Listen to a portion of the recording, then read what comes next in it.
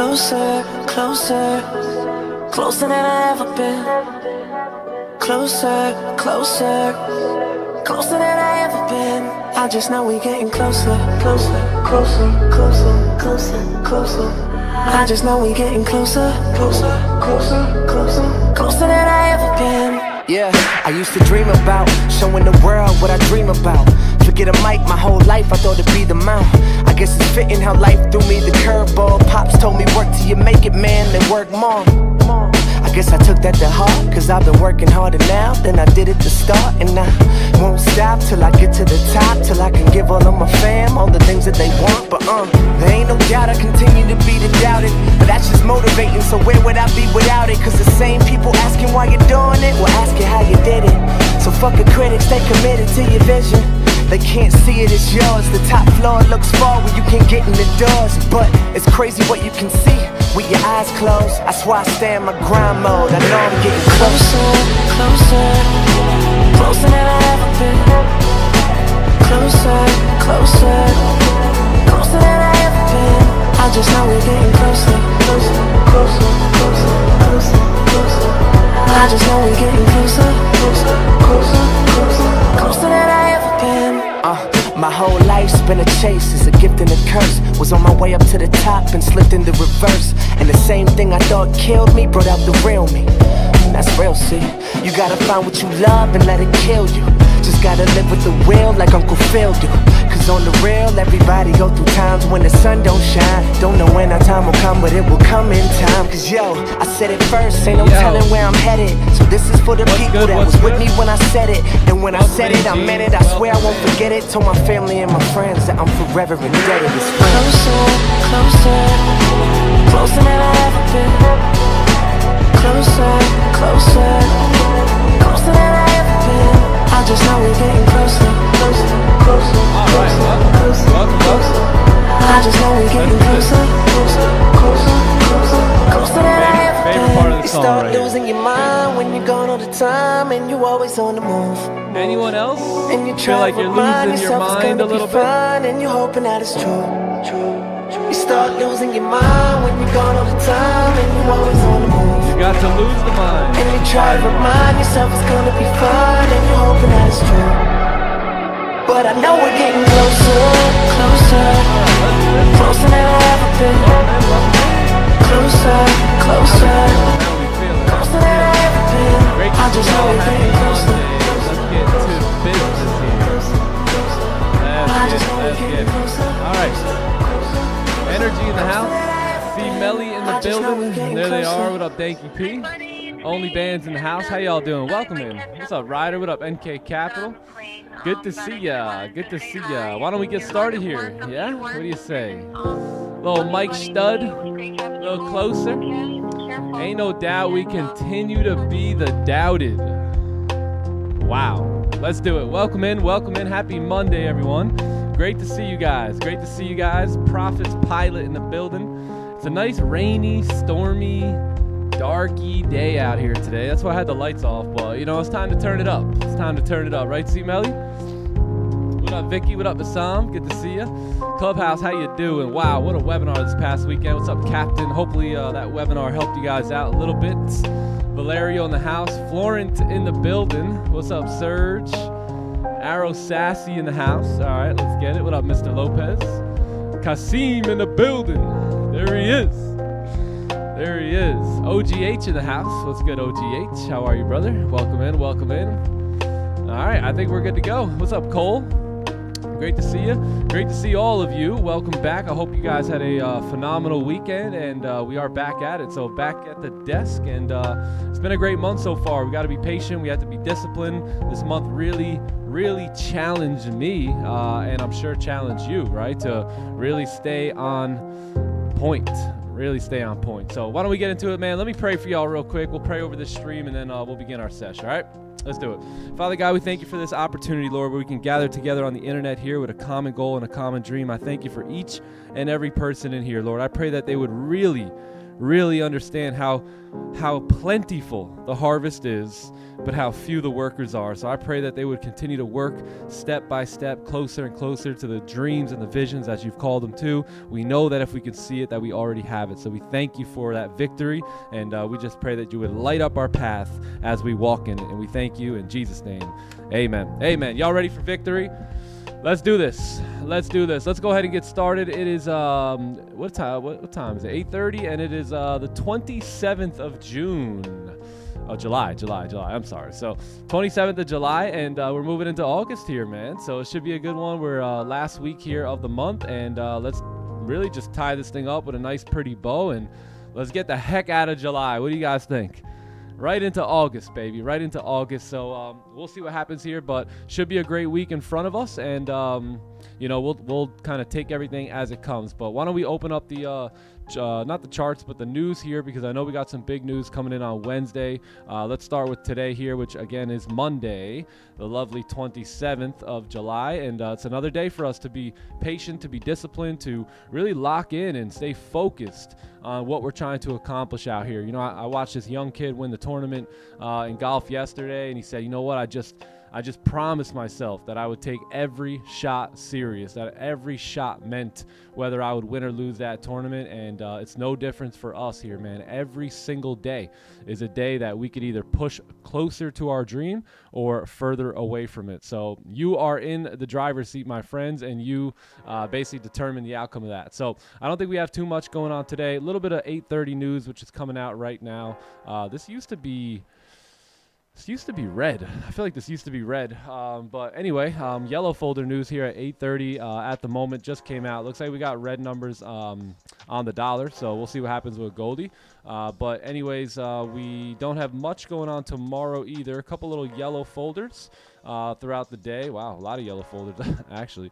A bunch of yellow folders, US dollars, all up in the headlines here tomorrow. So that should be pretty interesting all the way from 8:15 on.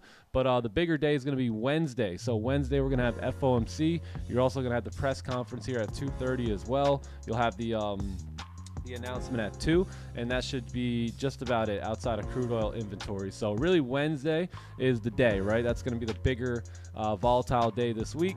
Thursday we should have unemployment claims. We're also going to have this core PCE coming in as well, and you'll have a couple things going on there Thursday. And then Friday, I think we're pretty clean for the most part on Friday. So should be a great week in terms of news, red folders, and it should bring a lot of volatility into the market, and I hope you're prepared for it. So why don't we get into it? Why don't we do a fresh top-down analysis, get into the charts here. Let's do work our way down. If you guys can, give the stream a like for me, sub to the channel, and let's begin.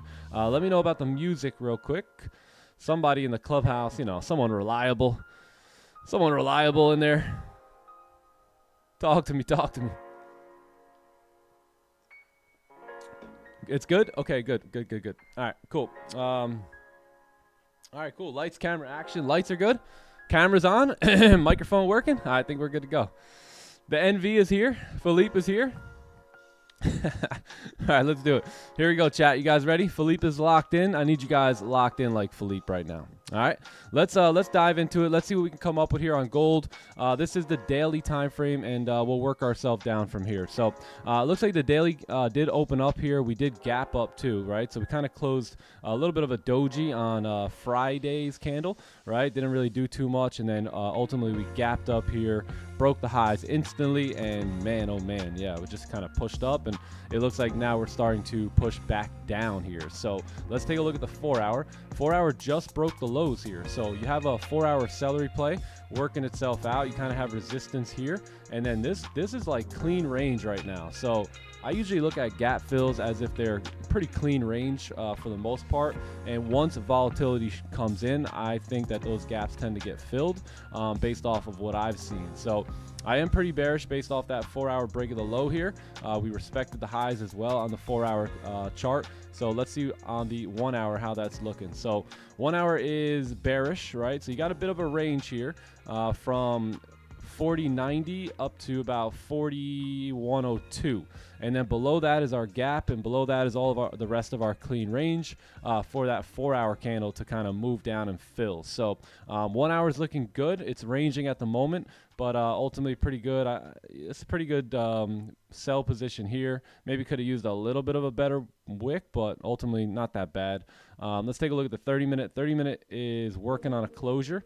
Yeah, we haven't done that yet. So if we can get maybe a clean closure below this range here, then I'm going to be getting pretty excited for the selling opportunities. It's likely that we will get a slight pullback, so something that can kind of like move down and then turn around, move back up, kind of break and retest for us. I think the move had already happened, right? I wanted to take this trade here a little earlier, but on the GC chart there was legit zero wick at all, so I stayed out of this move down. Plus the 4 hours pretty bullish at the moment, so I did like this opportunity here, but GC chart had legit zero wick on it, so I just walked away and played with the kids for a bit, but just got back now, and this is what I'm seeing here. So if we can kind of, like I say, get like a little, little boost up and then close back below, I think we have an opportunity to move straight through here today. So all that's looking pretty good. Let's take a look at the 15 real quick. 15's kind of got this inverted celery going on, which the 4 hour technically is bullish, but I'm not gonna probably bite at that. So I'm gonna have a zone right here as well, and I'm gonna use that as an observation zone. So anything that kind of ranges in here now, we have clean ideas, right? So if we break below, that'll be the 4 hour candle breaking the lows again and officially closing below on a 15-minute chart. If we break above, then we know that, okay, price might want to turn around here and start moving back up with that 4 hour candle. So that is those are my ideas here on gold, and we'll see what happens for the most part. But I'm going to use this as a bit of a range now, right? I got myself some nice clean traffic, right, coming up to 41.04, which is going to be roughly about 100 pips, 110 pips, and then below here, you've got nice clean range coming, I'd say down into like 40.70-ish, which is about 150 pip range there. So everything looks good. I'm going to stay out of this zone here. Going to treat it like a observation zone or like a no trade range, right? Something that I can just observe price in. And then if we break below, then I think this is going to be a great opportunity for us to move down, fill that full range there, and same deal if we break above. So obviously a little bit more room to the downside, but either way, as long as we get closures and we got volume, then I'm going to be looking for positions on either side of the coin here, right? 4 hour candle can go really either way at the moment, so I'll be open for both buys and sells today. All right, that's it. That is all, folks. Sells below, buys above. Just like you guys found me one day, right? You're like, who is this guy? He's got sells below and buys above. Where's the Fibonacci's? Where's the Fibonacci's? All right, let's clone this up here and let's move on. Boom. Let's clone that. All right, so now we know what zones we don't really want to trade in, or at least I do, and what zones I do want to trade in, and I know how to make sense of trading in those zones and all that good stuff now. So all I got to do is sit tight and wait, and my turn may arrive here today. So we'll see. But that's going to be gold. I'm going to move over to the NASDAQ real quick and see what we can come up with here on NQ today. So daily closed bearish there yesterday. Again, we did gap up on NQ as well. As you can see, a big gap right here on the daily chart. So you have a gap. We did move back up. I think we're going to probably work towards retesting that zone. We've been moving down for 3 days already, right? So probably try and work a resistance somewhere over here, and then maybe we continue down. But all in all, I am bearish based off of that closure on the daily, and we'll have to kind of use the 4 hour to guide our session here today. So 4 hour has been moving up. It looks like we did close above the range here, but we're currently breaking the 1 hour lows now, right? I'm sorry, the 4 hour lows here. So we'll see. Everything just pushed down randomly. Or maybe not so random. I think there was some news that came out, but everything pushed down real quick, broke all the 4 hour lows. 1 hour closed bearish, but right at support, and you have some resistance here too. So I think this is pretty clean for the most part. I don't really like the sells that much on NQ. I like maybe a pack runner and then us to move back up, unless maybe if this 4-hour candle here closes bearish, just like that, that's where I would get a little bit more interested on the sells coming back down, or at least a little bit more aggressive on the sells coming back down. You got some chop here on the 1 hour, which isn't really going to make sense, right, for us to take a sell here. So yeah, you got the slight closure below, but right below that is going to be more chop. You know what I'm saying? So yeah, I think we could probably get started on potential buys back above 673. You got all that clean range, and then we use this area here, just like gold, as a bit of a no trade zone, like this whole area right here, just as an observation zone. If you get a closure back below here, then boom, you know, you got all that clean range to the left. If you get a closure back above, right, then we have a wick to fill, and then the range to fill here. And I think if we can get past here, right, there's a lot of clean traffic for price to move back up at some point. So that's pretty much yeah, that's pretty much it. Those are my thoughts on price action today. It's Monday. I'm in no rush. I'm doing well in the month. So yeah, we'll wait our turn here today and see what we can come up with, but that's pretty much what I got going on gold, on NQ. A little bit of a push down here with some of that news, but we'll see what happens as this settles into the market. I've seen that the numbers did come out red, so red numbers on the dollar, so we'll see if gold wants to turn around here.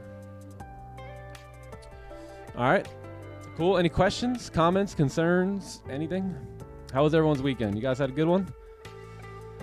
Same analysis, 4 hour could grab the lows. Yeah, potentially. Uh-huh.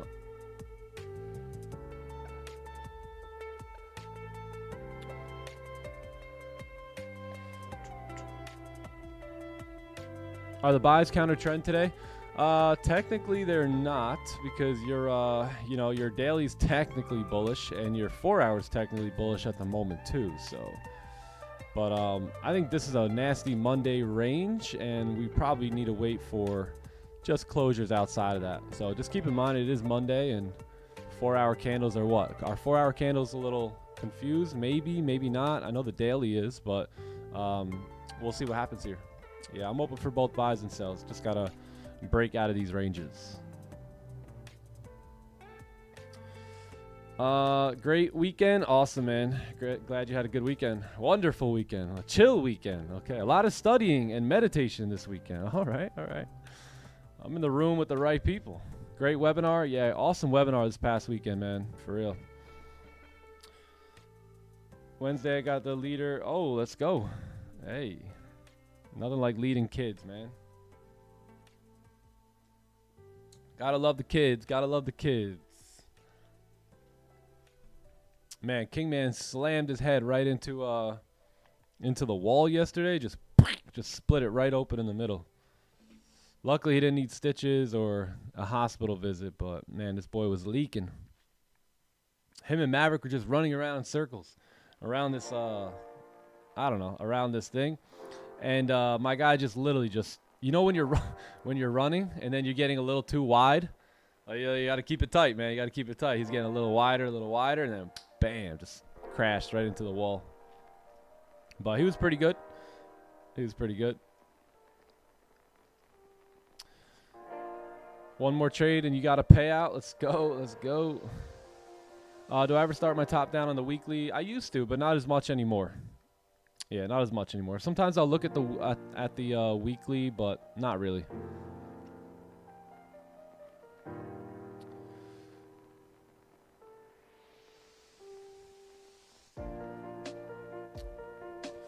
If there's a gap under support, can we take a buy after CR setup for this probability?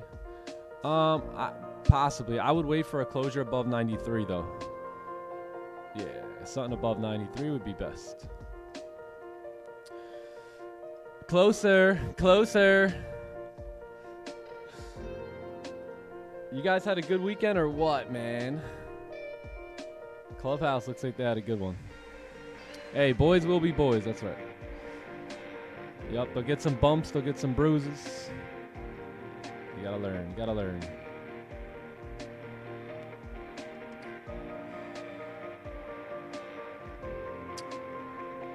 Can't deal with losses, or I cannot accept losses. How can I handle it? You know, I I put a video up in the Clubhouse this past weekend, but you know, first off, you gotta understand, like, if you cannot handle like a loss, trading will be torture for you. Like, it will not be the business for you. You know, maybe there's another business, but if you can't accept losses, or at least learn to and come to accept them, you're gonna feel, I mean, it's not gonna be fun, right? Because losses are not mistakes, right? So losses aren't mistakes in trading. Losses are just a part of the trading business. Now, the question is, are you running a business like I am, right? Or are you running some, I need to get rich quick, I need to make all this money, I gotta buy a watch or a Lambo or whatever it is, right? So the question is, are you running a business, or are you just, you know, randomly taking trades hoping to get lucky, right? Because the problem is most traders don't really see losses the way I see them, right? I see them as a normal cost of business, as tuition, whatever, as rent to be paid, where most people like that aren't really in that professional mindset. They see losses as failure, mistakes, rejection, embarrassment, proof that that they suck at trading still. So you have to, you know, perceive it different. I mean, there's nothing wrong with taking a clean loss, right? We talk about it in the Clubhouse all the time, right? You got to ask yourself a couple questions, right? Did I follow my risk? Was I detached from my size, right? Did I get into this setup because it was a clean move, or did I get in because I wanted to pass a funded account, blah, blah, blah, blah, blah, right? So you really have to perceive losses a little bit differently. I think that's why that's a main reason why 90+% of people fail here, is because they just literally cannot perceive losses the proper way, right? The way the professional does.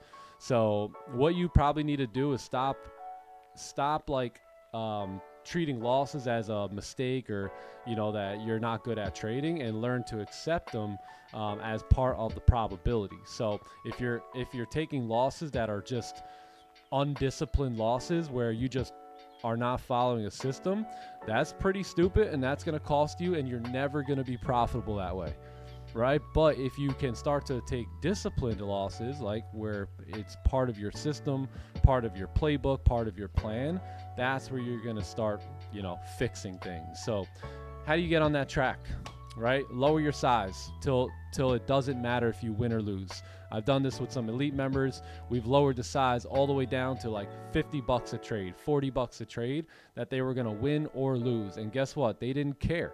They didn't care whether it was a win or a loss. They simply just started to fix their perception of the loss, right? So understand what you're trying to accomplish, lower your size down, and I want you to start thinking in a series of 30 or 20 to 30 trades, right? And not the outcome of just one trade. So the way I look at trading is I look at it over a series of about 50 trades, right? So that means trade number 1, trade number 12, trade number 18, trade number 50, they're all important, but they're not the end all be all. They're all just a part of the accumulation, right, of other trades that ultimately give me the outcome I'm looking for. So where I find my success in the batch of trades, most traders are trying to find their success in a single trade. And I know that the outcome of a single trade is completely random. So I've been doing this long enough not to get my hopes up or not to get my hopes down off of just one trade and one trade itself and one loss. So I hope that helps. Trading's about losing correctly, man. Remember, there's a good book. It's called The Best Loser Wins. So when you're in your trades, when you're taking losses, stay calm, right? Get your ego out of the way and let probability play out over time. Good question. I'm on a losing streak now. What do I do? Exactly what I just said for the other guy to do. Literally. How you doing? Come on, B. How many of you guys are struggling with losing? Anyone? Anyone struggling with losses? Or was it just me? Was it just me and the two other guys? You know, these are the things that I've done to really shift my mindset and start to take away and start to take all that pressure off of me, right? Why would I want all this pressure on me, right? When I can put all the pressure on the playbook. So those are the things I would recommend getting done.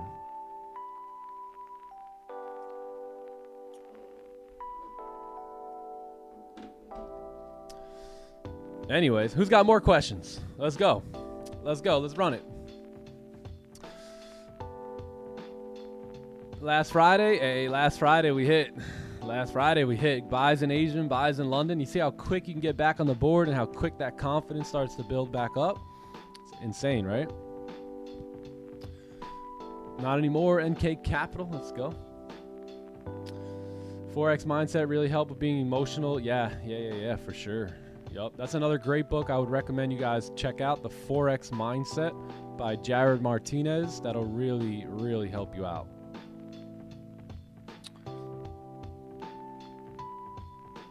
Trading for 2 years, burnt out 5 times. Brother, I feel you, because I was trading for 3 years, over 3 years before I ever even seen a profit.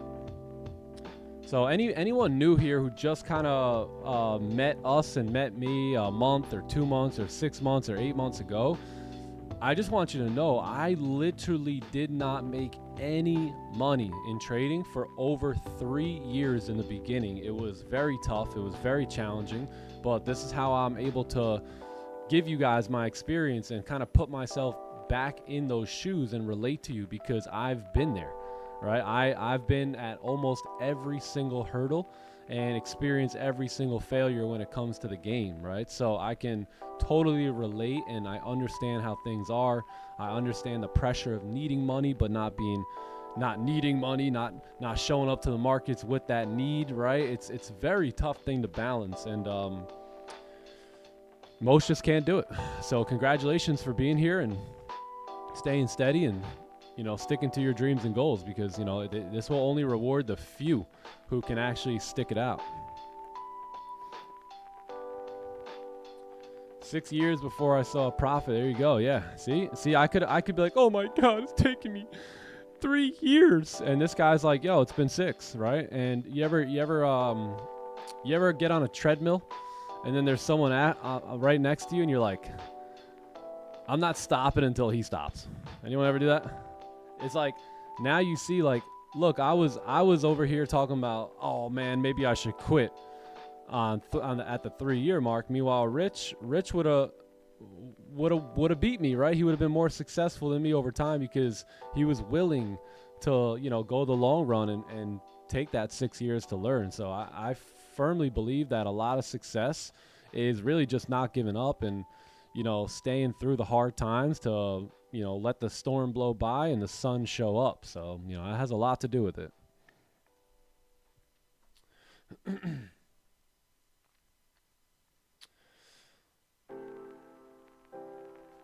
How can we emulate your morning routine, like wake up, meditate, visualize, work out? Yep, especially with the visualization. Yeah, I mean, every single day I kind of do the same thing. It's up in the morning, it's hydration, it's stretching, it's meditation. So you guys know the one that I meditate to. We're also creating our own. So Rafi's actually going to put together like a guided meditation for your mental movie that you're going to work on. So I usually get into the mental movie very early once I wake up and kind of just visualize that stuff. I know you're talking about visualizing and whatnot, and then usually I'll go work out and stuff like that. And, you know, even after working out, I'll visualize again in the sauna, right? Why not take the time to visualize, right? The more you can see the future crystal clear and feel as if it's already taken place, the quicker the universe is going to respond to that, right? And start to line up opportunities for you. So yeah, in terms of books, I don't really recommend, I mean, on the morning routine, like maybe the 5 a.m. Club is a good book, but it doesn't have much to do with, I mean, it has to do with a morning routine, but it has a lot more than that. So yeah, I would probably say the 5 a.m. Club for the most part. But the morning's very powerful, man. You know, and the 5 a.m. Club talks about that. You know, basically, if you can get active in the morning, you can change your entire life, because the morning is so quiet, man. Like, no one is there to interrupt you, and no one's there yet. So you have free time, right, to really instill the visions, the thoughts, and the mindset that you want to move about during that day, right? So the day starts very, very early in the morning, nice and quiet, little meditation, little visualization, little movement, right? And then it's time to go attack the day. But I wouldn't overcomplicate it, right? You find your own rhythm to it. I wouldn't say the goal is to, just copy my routine exactly. The goal is really to build a routine that your mind and your body and your identity can start to align with before the world gets access to you. Yeah.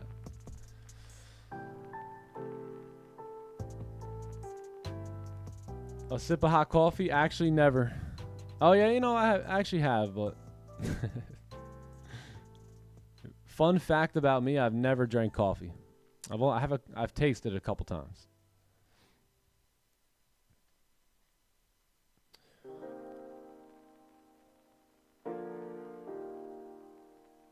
Any trades in Asian or London? Nah, nothing for me. Nothing for me. I was actually looking at the market, but then Kingston literally just smacked his head. So I was like, all right, we got other things to focus on at the moment. So I don't know. Did you guys take anything in Asian or London? I'm struggling with overtrading, losing trades because of the ego and overtrading. Yeah, it makes sense. I've been there. You basically overtrade, right? And then you try and get it back by over risking, right? Right, and then you lose the over risk trade, and then you have to keep over trading. So it's just a brutal battle, man. Like if I were you, I'd get the hell out of it, dude. It's like like a tornado. Like you're in it. You need to get away from it, right? You got to try and get out of it, because anytime you're in that over trading, it will lead to over risking, right? If it doesn't go your way, and then anytime you're over risking, it will lead to over trading, right? Especially if you lose that trade. So, you know what I do? I just don't do it at all. I just stay completely away, and that's been the biggest blessing. It's not that I'm not an over trading and revenge trading addict. I am. Hi, my name is Nick Stewart, and I'm addicted to over trading and over risking. But you know what? You know how I stay sober of it all, how I stay clean? I just follow my plan. I follow my system. I follow what works. I follow what puts numbers on the board, what puts profit in my pocket, and I never deviate, or at least very, very, very rarely ever deviate.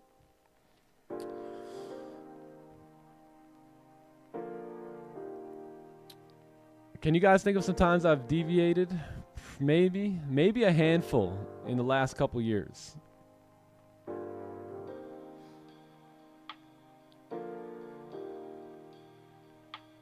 Let's go. I love that, Austin. I love that, man. Maybe try starting your own live account. It's not easy to make money funded accounts. I mean, I love funded accounts if you don't have the capital, but it's a process, right? So there's going to be a lot of trades that you win and money that you make that you're never going to be able to get a hold of. So all right, well, we are trying to move down here. 4 hours still bearish, 1 hour close below, 30-minute close below, 15-minute close below here. So we're respecting the highs. If we can make a lower wick, right, then I'll probably have a sell stop, but not until then. So we'll see what happens. I want to see if we can come down, make a low. Yeah, I just don't want to get nipped in here at 9 a.m. as price tries to push back up. Caffeine, baby. Caffeine, yes. Coffee, no.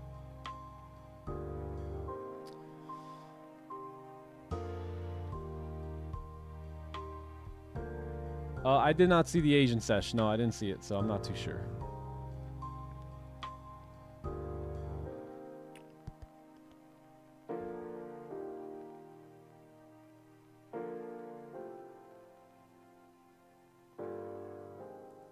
Okay, let's see if we can flip down, and then there's going to be potential sell stops. We have moved quite a bit, so that is my only issue with this trade, is that we've moved a while now, right? So we've been moving down from 41.02, and we're sitting here at 40.82. So that's why I really want to see a break first, because a lot of times what will happen right here is this 9 a.m. candle will actually be the candle that reverses, right? So you'll get a break of that low, and then a push straight back up. So I want to avoid that here, or at least play some defense and work to avoid that. I've already missed this whole entire move, right? So what's the big deal if I missed it the rest of the way, until it gives him exactly what I want to see. So we'll see if we can do that, because I feel like this could be where our pullback happens. And worst case is we either enter in on the pullback, or we wait for price action to do its thing and create new resistance, right? And at that new resistance level, that's where we can sell back down into that zone.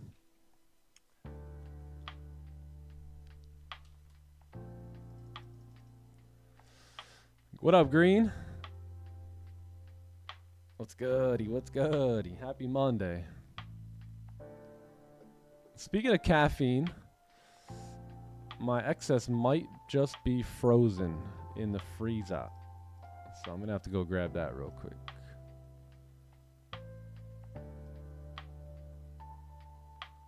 What up, boys? Johnny Gems? The Viking?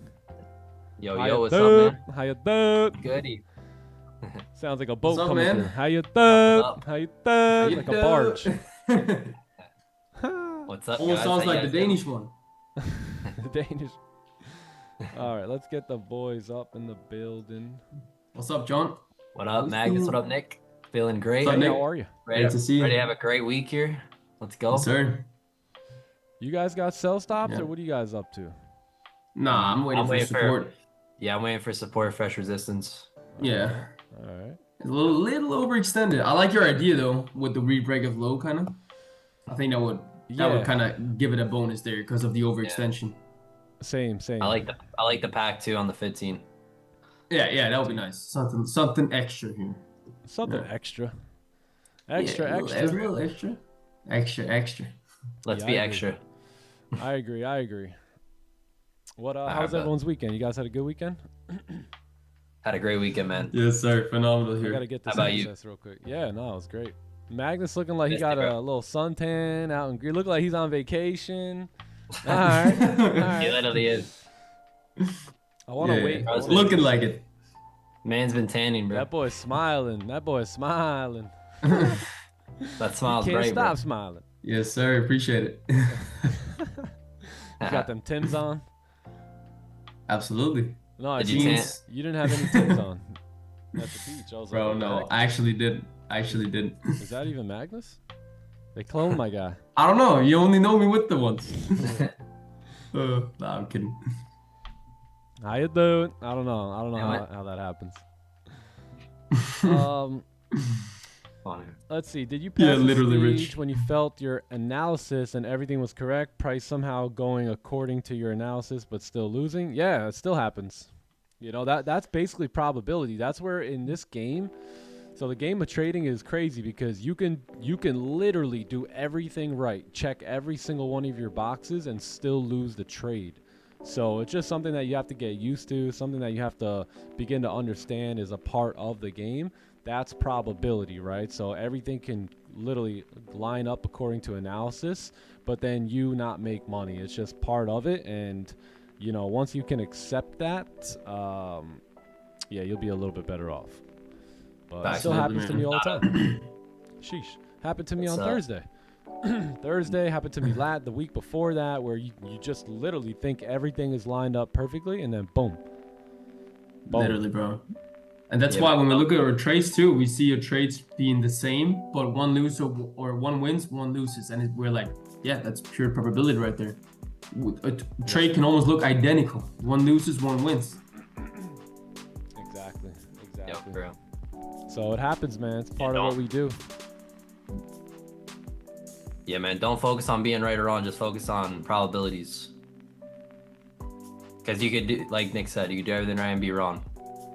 70 wins, 30 losses, right? That's what we're expecting out of 100 trades, which means we're going to be wrong some days, but we're still going to have that edge long term. So we can be wrong, right? In probabilities. Yes, sir. Exactly, man. Yeah. And then putting the pressure on the playbook. I mean, are we wrong? I don't know. Like, we just did everything we could, right? So yeah, man. True. Yes, sir. Man, I wish we had somewhat of a green candle. Yeah, bro. It's just 100%. Not even a pack or anything. It's just matter of extended. Yep. Hey, I was thinking back to that last question about the morning routine. There is a book that I would recommend. It's only like 40 pages too. It's called Feeling is the Secret by Neville Goddard. I forgot. I think it was Nahomes that might have asked the question, but yeah, whoever that was, Feeling is the Secret. Yep, Neville Goddard. That's a deep book. Good book. It's only like 40 pages too, so. Oh wow. Oh, I think I got an extended one then. Yeah, might be. You could. Yeah.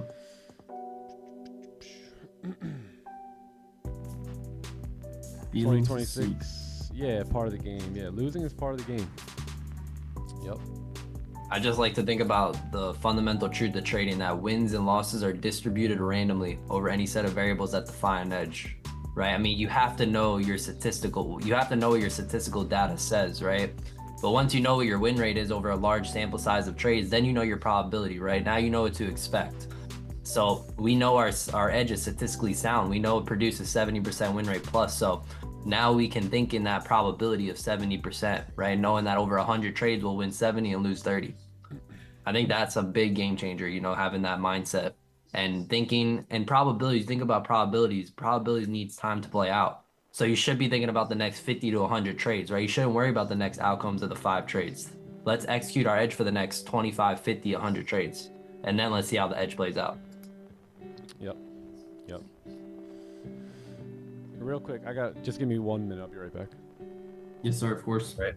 Yeah, John, we got to have that series of trade mindset. We can't think in trade by trade. Yep. That will not only get us more frustrated and emotionally attached to the game, but more so like thinking over a series of trade, we can just execute until we get basically the scoreboard or the results, right? And then we can analyze it. Yep. Then we can feel something if that's necessary, right?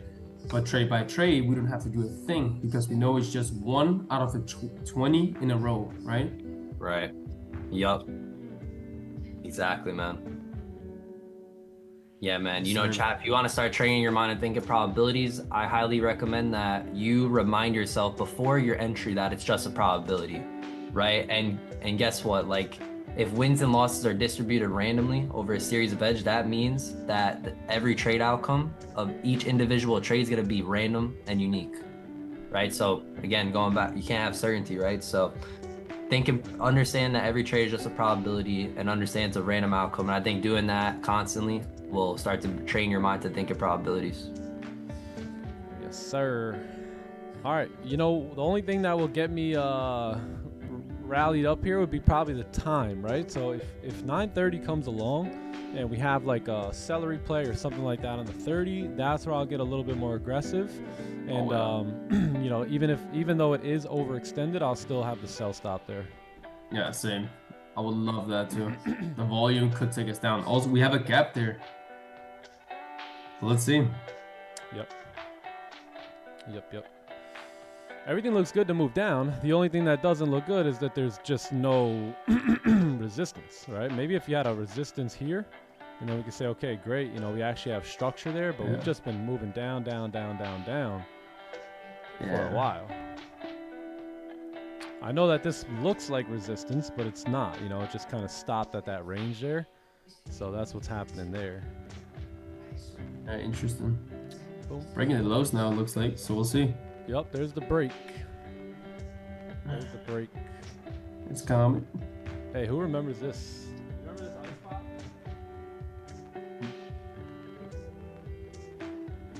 You remember that ice great, pop? Sherry. It's going great over here. Wait, what? Firecracker ice pop? They made an excess flavor with that. Damn, really? Yeah. I couldn't see in your camera, but I just seen it on YouTube. Yeah, I just went on and seen it. Yeah. Stop playing. That looks really good. Wait, what'd you say? How is it, man? There was like a firecracker ice pop. I think they still make them. What? But yeah, XS made a little flavor of it. It actually tastes just like it. You got that on your story, you said, or? No. Oh no. I just put it on the camera.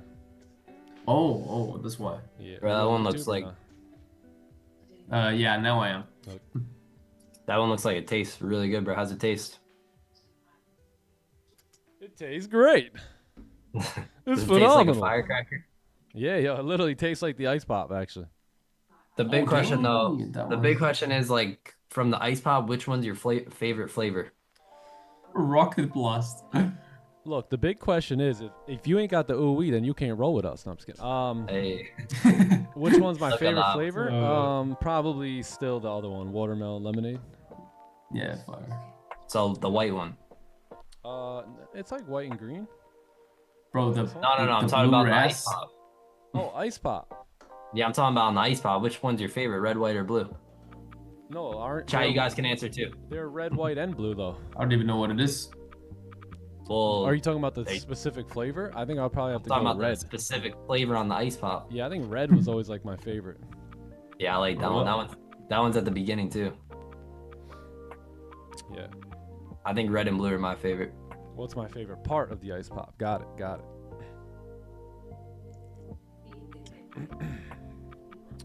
Wild. All right, NQ, let's take a look. Yeah, actually not looking bad here. What do we have? So we have a pack runner on the 4-hour. We have a 1-hour closure above. We have a 30-minute that's kind of got no top wick. So we'll see how the next 30, probably on the next 30, we can maybe look for opportunities here. Yeah, especially if this I like candle that. can either close above or even bullish. Celery. Yep. And Bro, then look at we're gold. Just gonna nip wait the here. low there. Yeah, I know, right there. Wow. I am, yeah. If this candle closed below, though, I'll have a sell stop now. You know, if this guy can close below. If not, then I'll wait for 9:30 and kind of deal with it then. Yeah, I like that idea here. We're gonna keep your stop touch up Stops above are like gonna 93 there. go- Yeah, back above the range.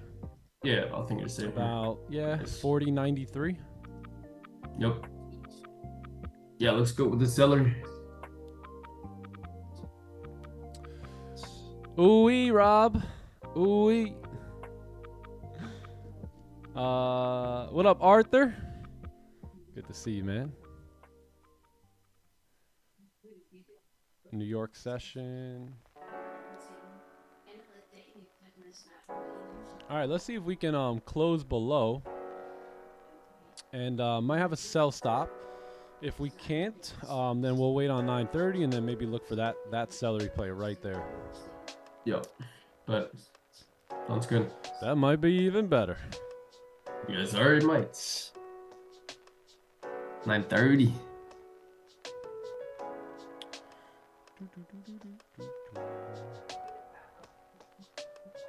All right, we did close below here, so If you could break the highs too now, that'd be awesome, and then kind of break the lows there. Yeah, yes, sir. Yes, be sir. so money here.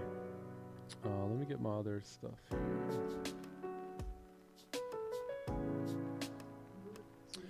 All right, I am gonna have a sell stop here on gold on the break of the lows. So these are gonna be the break of 4-hour lows. I don't think they're. Oh yeah, they are the daily lows. Daily lows, 4-hour lows, 1-hour lows, 30-minute Wow. lows, and then that previous 15-minute low as well. So now I'll have the sell stop, and if this doesn't activate or anything, then I'll wait for 9:30 and see if that celery play can fall into our lap as well. But, you know, glad we didn't enter on the break of the low originally because, I mean, we'd be in drawdown and we don't know whether or not this candle wants to move up, move down. At least now if we get involved, we have a top wick, we have a celery play, we have a clean closure below. You know, there's reasons that we can handle a loss and justify a loss now. Where before, you take that loss and you're like, nah, it was overextended. I should have never did it. But now at least we got a bullish candle. We have a closure below, right? We got all these wick rejections to the top side here as well. So this can, you know, justify taking the loss here. Yeah, absolutely. Stops are going to be above 93, so they're pretty well protected for the most part. So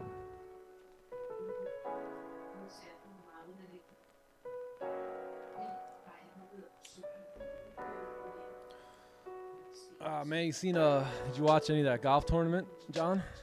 Yeah, a little bit. Yeah, that kid was crazy. Crazy man, good. Dude hit like 2 eagles on the back 9 or something like that. Right? No bogeys, right, at all? Like, No damn, bogeys, just that's playing the round of his life. impressive right there. Definitely. Yeah, good for him, man. I thought it was a good tournament. Scheffler really climbed back there. Almost. I was about to bet Scheffler. I showed you the bet. It was literally 250 to win like 1350. But That's then like good. But then he birdied hole 1 and it automatically went from like 250 to like 1200. It's like what? Sheesh, bro. Like damn. They dropped the whole You grand snooze, you lose. after one hole. That's like trading, bro. It's like, yo, you better not hesitate or you're not gonna get your entry. Your desired entry. No, literally.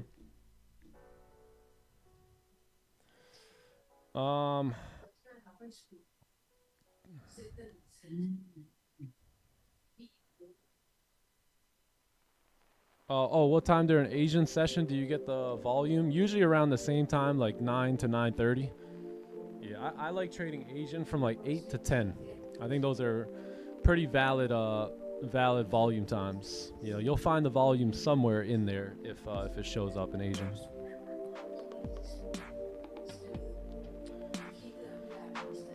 NQ, let's see, NQ. All right, we might get activated here on gold, so we'll see about that. Let's go over to NQ.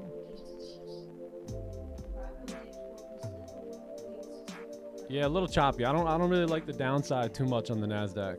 It's very, very choppy on the 1 hour, so I'll probably let that go. What would be nice on NQ for the sells is if we can actually get a bearish closure. You know, if we can get a bearish closure, then I can get a little bit more aggressive.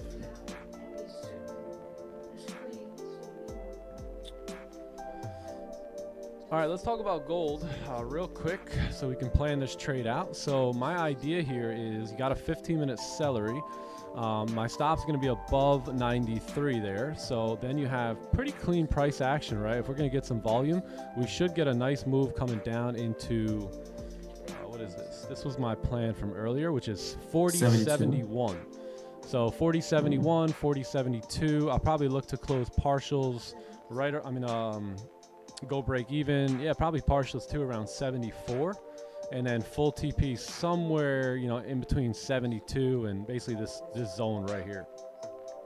Yeah. So if all goes well in a perfect idea, I mean, this is what my trade looks like. Partials at 74 and then full TP somewhere around like 66. So we'll see. Clean range. Yep, very clean.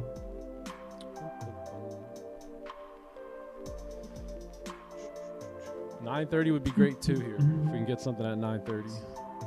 Absolutely, man. 30 celery. That'd be nice. Wow, that 30 looks like it's about to pop.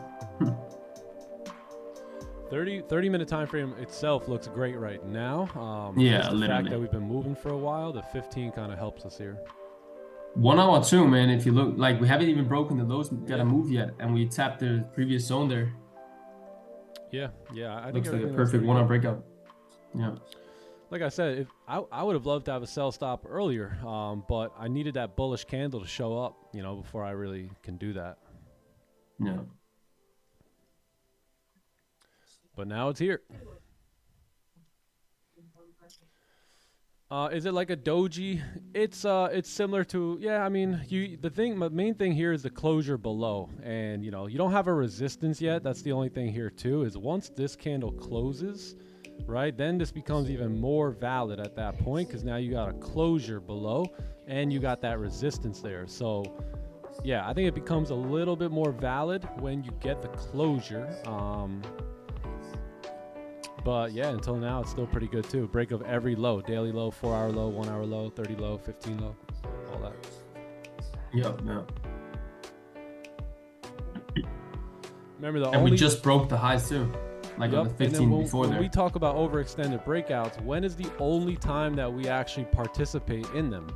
Like, so when we took overextended breakouts, we finally found out, okay, when it's overextended, how do we get the 80, or I should say the 70-30 to work for us, right? So the only way that happened was when the only time we took an overextended breakout was when we broke all highs or all lows, meaning daily, 4 hour, 1 hour, 30 minute, 15 minute. right? That actually gave us this. But when we just took overextended breakouts in general and those highs or lows on all these time frames weren't there, that's when we experienced like more losing trades. So, you know, that's the case here today is we're entering on all the break of all the lows.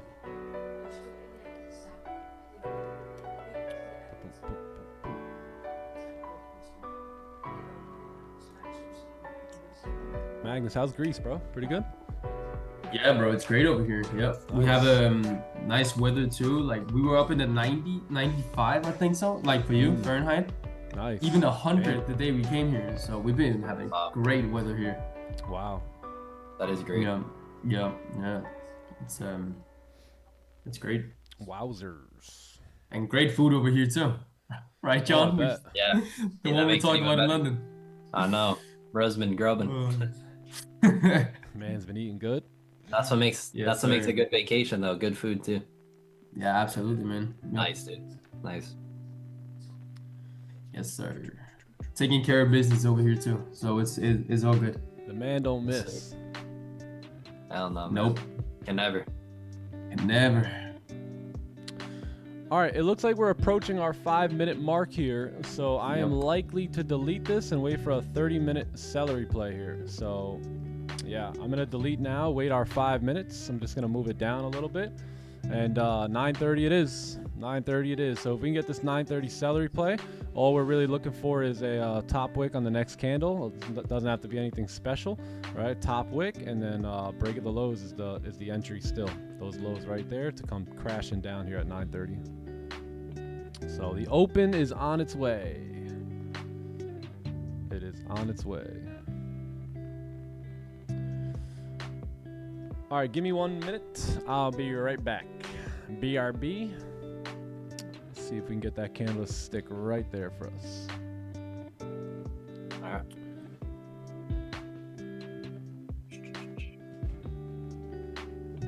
What's up, chat?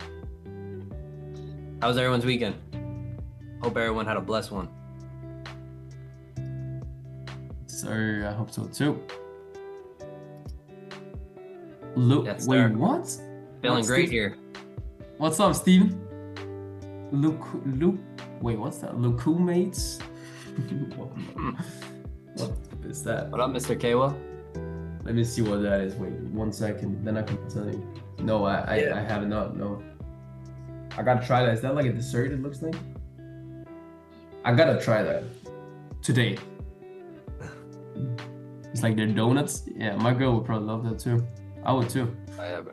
Sounds good. Yep. Yeah, we're gonna try the next time then. I gotta try some of the Greek food too. What's up, Dill? What's up, Yune? Yeah, my weekend was awesome. It really was. Nice, chill weekend. Great, bro. Do anything special? Nah, man, just kind of chilled out. Went to the pool, hit the gym, and hung out with Maddie. That was really it. Got some good food as well. Nice, man. Yeah, it was Love a good it. one. Yep. Gonna put your house on this celery. Hey, I mean, Oh yeah, same. that's the setup to do it, right? 9:30 celery. Okay, I'll approve the house, betting the house on that. Alright, okay, you got the approval. Yeah. Yeah. Yes, Alex. Yeah, we saw it. I wasn't inside though, but we saw it not yesterday, but the day before. We were in the Hanya city, so that was nice. They had like everything in there. Yeah, it looked incredible. Yeah, Glad you guys got to go Like- out to the city. bro, literally the best view I ever seen. Wow, bro. Yeah. We're sitting like at a restaurant down at the ocean, so it was like right by the waves. That was Dude. insane. That's beautiful, bro. Mm-hmm. No better like dinner date than that. Like, you know, you and your No. girl on the ocean, sitting on the ocean. Exactly, bro. We went by. That guy said, "Yo, we have a table for you here up front." We were like, "Yeah, okay, bet. You know, we'll take that, no matter how good the food is or not." Right. I'll take that one right there. I'll take that seat. Yeah, we'll take it. We'll take it. Nice, dude. Yeah. What up, Greg? What are we trading? This is gold. MGC here. or GC, gold futures. And we also trade the NASDAQ as well. Yes, sir. Angel, you never know. Just never know. What up, Angel?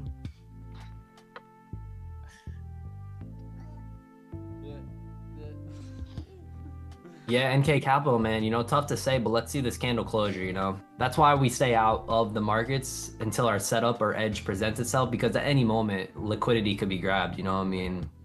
Liquidity could happen any moment, but that's why we have an edge, have rules to tell us when to get in, when not to get in. So I'm thinking, you know, as long as your setup's there and the rules are good, you're following the rules, like that's a trade you got to take, right?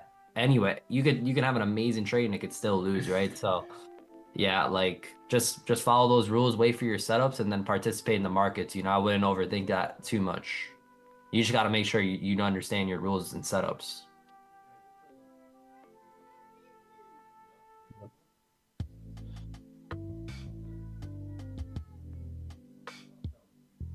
I would say so, Alex. I would say though that like my risk for me, you know, I like the daily lows, fall lows, the gap. I've been looking at this range since London. Those are the things I like. Now there are some things I don't like too, which could be the lack of like a near resistance and some structure on the 15-minute. We'll also see how much we move here before we kind of, you know, get in or anything. But yeah. So yeah, you could say so. It's pretty good. Let's ask Nick too. Nick, what would you have rate that setup? Rate it from what, 1 to 10? Someone who's asking. No, or B sides. I mean, I liked it as B. Yeah, B size. 30-minute would have made it A. All right. Yeah. There you go, chat.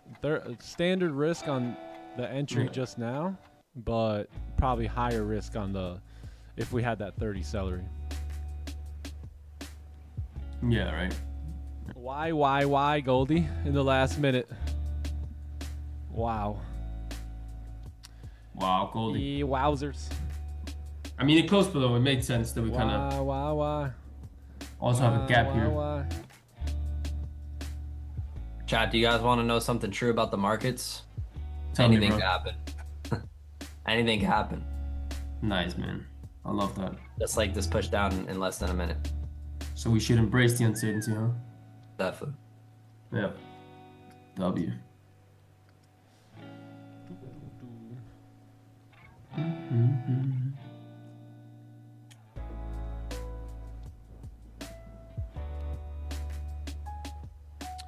Well, that's annoying. Wow, no top, no bottom. I signed up for the game, so I can't be too annoyed. That's pretty interesting.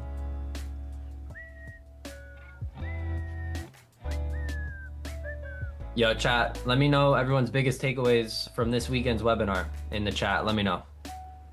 Ooh, that's a good question. That's a good question. All right, I want to know what everyone's notes are looking like. 9:30 probably pull us back here.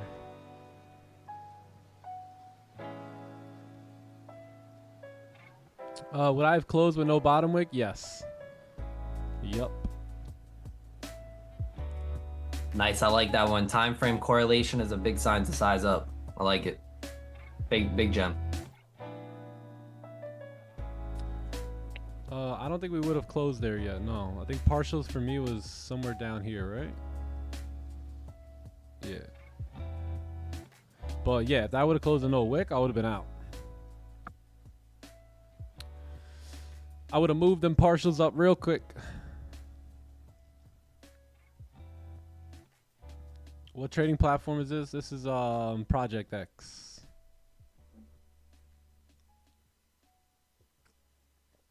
Project X.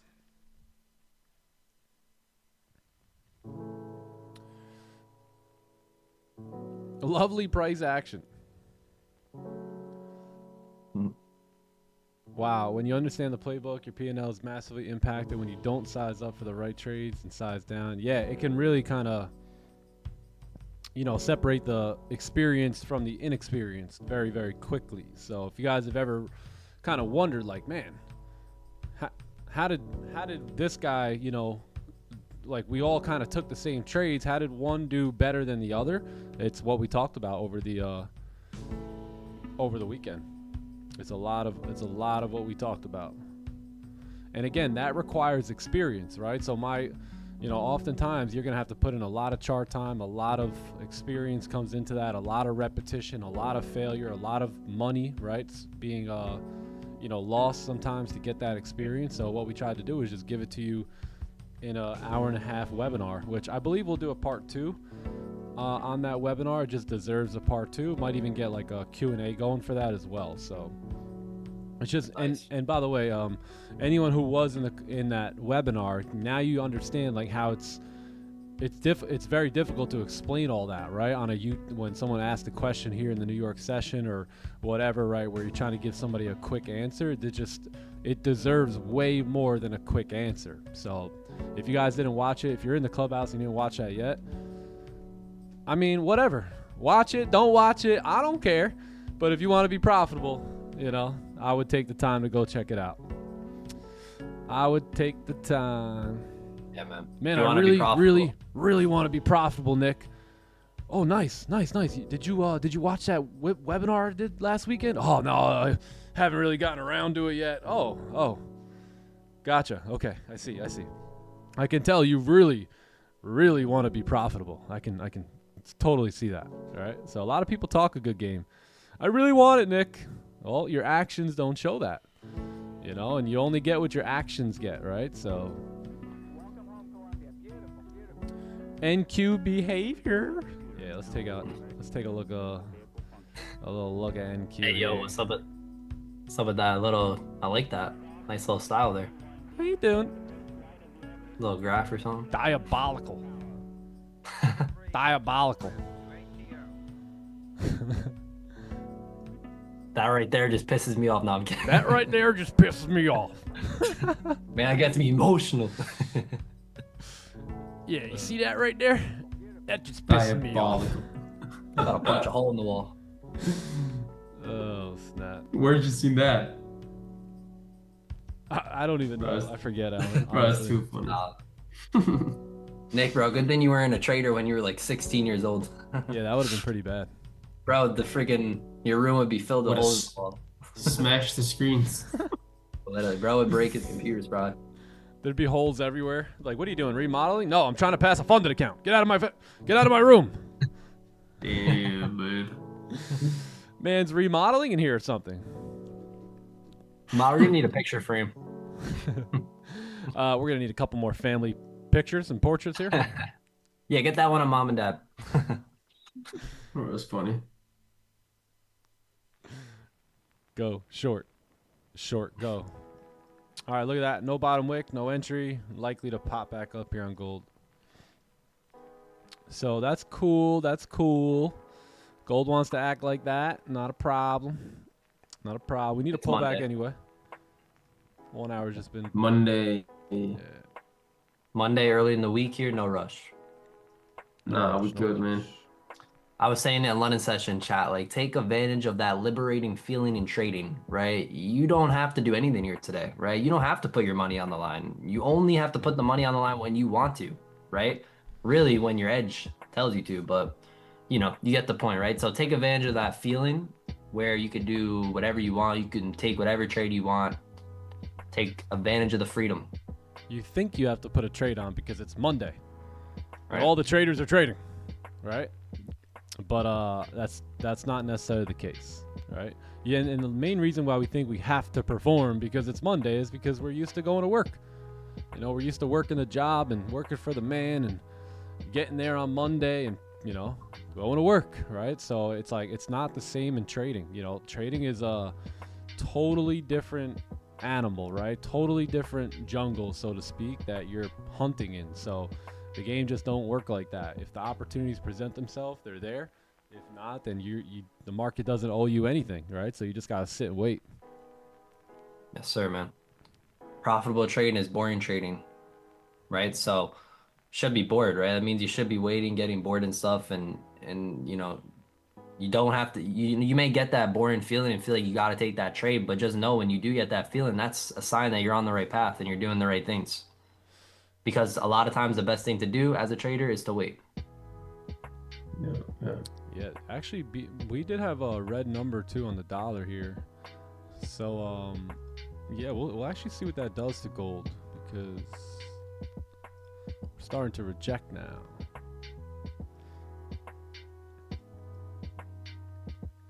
And Q-ski right back up. No surprise. Wow, man.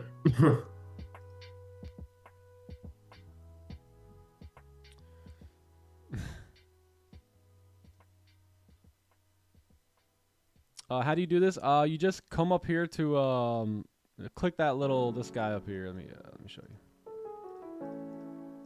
See my arrow? Hello. Right up here. Click that right there, and that'll split the screen as many ways as you want it. Yeah, look. Open it up, and it's got all these different, all of them.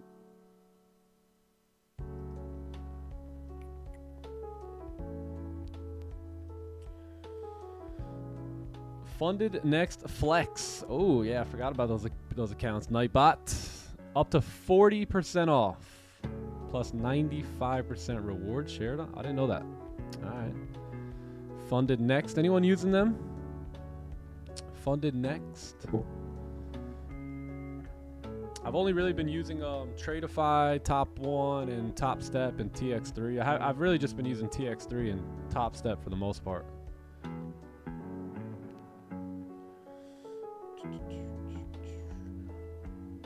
All right, here we go. There's that pushback up that we really, really desperately needed for some market structure. Yeah. Get that Perfect, resistance. Man. Sell back down. Yeah, I like that, bro. That's even better here, too. No bottom wick. Imagine how many sellers got in there. Wow. Yeah, right. Anyone who was in sells, too, hopefully managed, or else probably going back and drawdown. Yeah, I mean, we closed with no bottom wick, so you probably should. Definitely. If you're learning from this system. Yep, absolutely.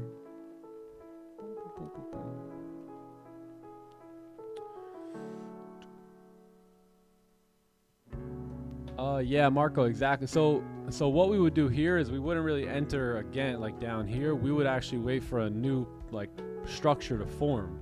So let's say like what happened was we closed above on this candle, and then we closed back below here, right? So this is where I look to take the sell now, and I'd sell back into that low, not at the low. Yeah. So it just depends on what we do here. Basically, my ranges remain the same as they have been all morning. So if we close back above, there's likely no trade in here, and then if we can get above, we trade up here, and then back below, even if it's like this, right, we can take that position right there.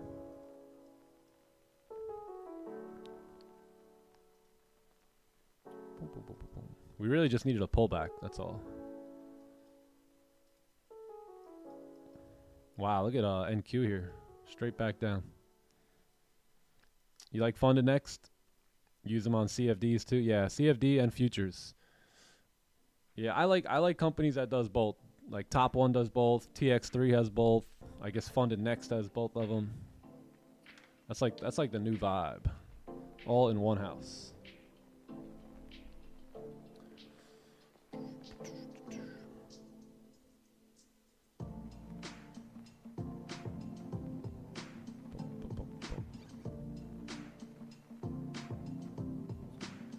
Five-minute rule saved us? Yeah, pretty much. Pretty much.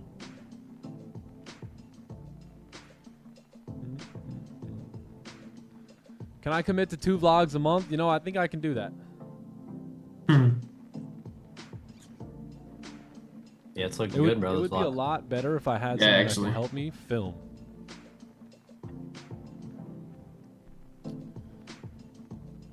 But, you know, no time and place, bro. No excuse. I got another vlog dropping in about a week. It's going to recap our New York trip. So we did a nice meetup in New York. We had a good time. It was probably, yeah, it was like 2 days. 2 days worth of vlog. So about 48 hours. So yeah, it should be pretty good. You'll see some of the TTE Clubhouse members, all the other members on the vlog as well. How could I thank you for coming on free live on YouTube and giving us some profits? I would just say, like, make the most of it. Take the things that I'm sharing here, because look, I mean, when I'm here with you guys, I mean, I'm not spending time with my wife, I'm not spending time with my kids, and I could really afford to do that, right? Like, not even show up to these sessions. I do it because I love to do it. I do it because I feel I'm called to do it. But, you know, if you're gonna be here, the best way you can thank me is to go out and win, right? I mean, I'm here to help you guys win. That's my point of being here, is to, you know, get you unstuck in a way and moving about your business when it comes to your dreams and goals. So I think the best way that you can thank me is to, you know, go out there and win with the information that I'm giving you. And if you ever have the opportunity to pay it forward and help someone else, I mean, that's probably how I'd say the best way to thank me.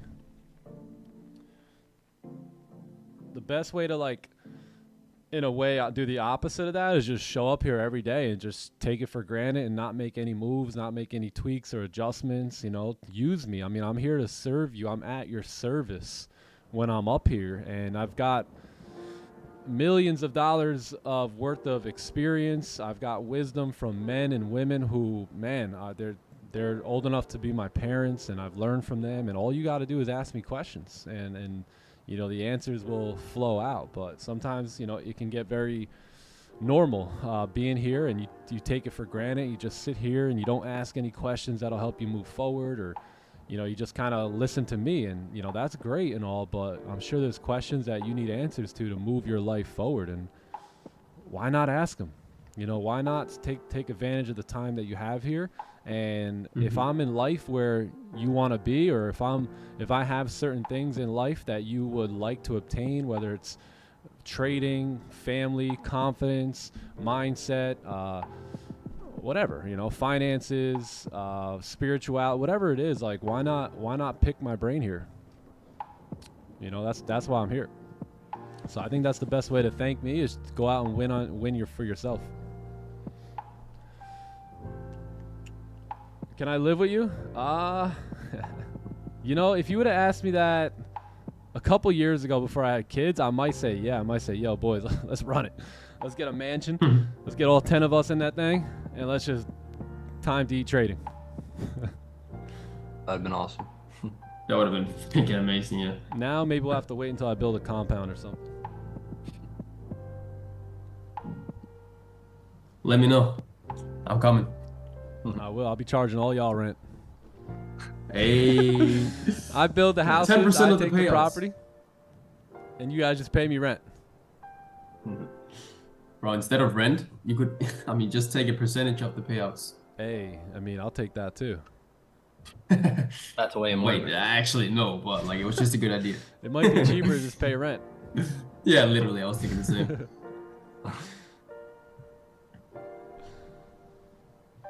All right, well, we closed back in the range, which is good. So if we can get a fake out back below now, I like the sells. And if not, then, you know, if we can get some sort of like you know, type of structure here and then a closure back above, we've got all that clean range to the left here too. Yeah, like it's. Boom, boom, boom, boom, boom.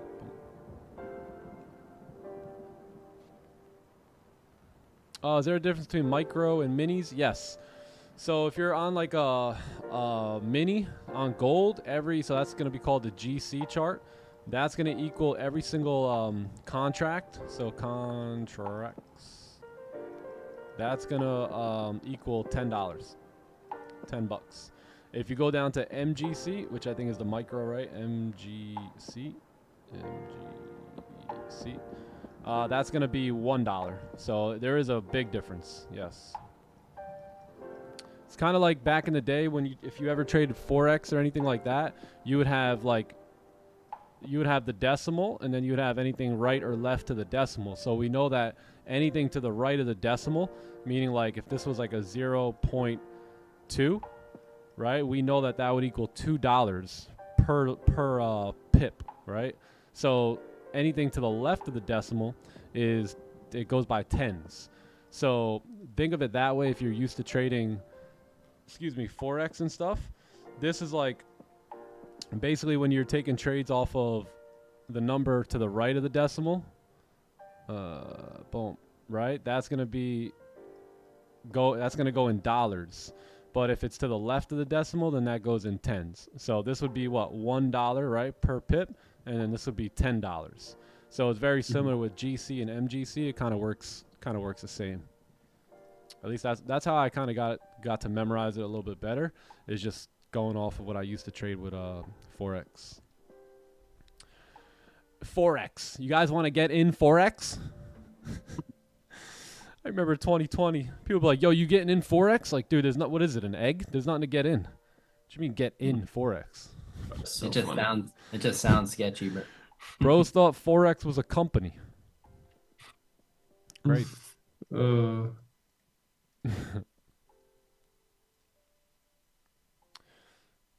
Can I adopt you? Yes, no problem. No problem. Let's get the paperwork taken care of. Do.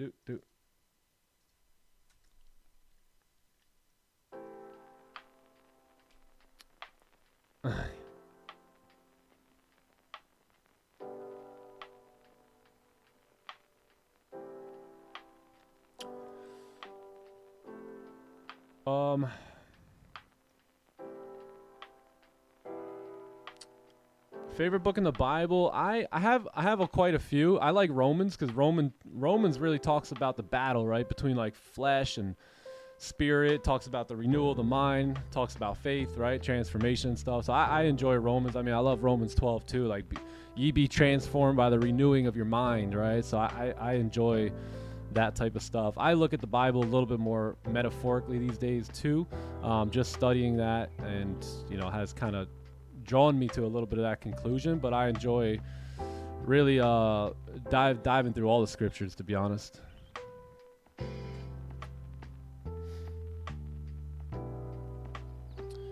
Mini course I went to go high risk. Yeah, we did that we did that this weekend. Yeah, it was amazing. Yeah, just go watch the recording. It was almost 2 hours. Yeah. Damn. Shout out to Rafi, because I talked to the boys, John, Magnus, Rafi. I'm like, what should we talk about this weekend? And Rafi right away was like, a lot of questions are about sizing. I was like, yeah, especially that. Yep. Say less. It's done, because I've also received a lot of questions about sizing. And now look, when someone asked me right there, hey, can you do a little mini webinar? Yeah, I did it. It's in the Clubhouse. You can go check it out. It was almost 2 hours long, I think. We actually had ran over time just a little bit, but check it out, man. It's golden. Like, it's golden information that if you sink your teeth into and wrap your head around, you will dominate. Size matters. And thankfully, it's all pre-recorded, right? It's all recorded. Everything is in there. Yeah. I added some more videos too. So I added an entire section here in the Clubhouse on trading psychology. So these are going to be all like 3, 4, 5, 6 minutes. Nothing longer than 10 minutes. Videos on psychology, the psychological ideas of trading. My next one is going to be all about financial literacy. So I'm going to be doing these like 10, 15 video series that I'm adding into the Clubhouse. And then first is going to be on psychology. And then next thing I'm going to do is financial literacy, because what we're trying to do is help you make money, right? But I'll be honest, it doesn't stop there, because there's been a lot of people who I've helped make a lot of money, yet they lost it all or blew it all. So we want to teach you financial literacy. I want to teach you things that my mentor taught me early on that I apply to this day. And really, once you get money, right, now you need to know what to do with it. It's very, very important, man. So that's going to be kind of like my next series. So just give me some time. I got to brainstorm. I got to think about some concepts and stuff like that. But we're going to be adding another 5 more to the psychology, and then probably a total of like 15 here. And then next thing we'll do is going to be the financial literacy section. Because again, it's one thing to help you guys make money, but it's a whole nother thing to help you guys keep that money. So we want to help you do that. Love that. Yeah, man. Yeah. Looking forward to it. Yeah, so if you guys are in the Clubhouse, check this out. If you're not in the Clubhouse, I would highly recommend jumping in, especially if you're struggling with trading. I mean, there's a full course here, anything from psychology to risk management to higher time frame, lower time frame correlations and impulse entries, and a full breakdown of all the little details of understanding the playbook and stuff. So highly recommend it. I've focused a lot on the live streams up until this point, but I am going to start putting a heavy focus on this stuff, right? Content inside of the Clubhouse, because again, my whole mindset is, how do we develop traders, right? How can we bring them through the ranks, right? From a new trader to beginning to understand the process, right? Getting off of the money, right? And focusing on the process to, leveling up. And pretty soon there's going to be levels to the Clubhouse and everything where, you come in as a beginner, you move towards advanced, all that stuff. So it's going to be pretty epic pretty soon in the Clubhouse. I got major plans for 2027 for sure. But yeah, the webinar we did this past weekend, if you go check it out, I think it was like 2 hours long, but I might be wrong. An hour 22. So yeah, this is phenomenal one. You guys got to check this one out right here. Hour and a half of just me talking about sizing up, the reasons to size up, reasons to size down, the mindset, everything in between.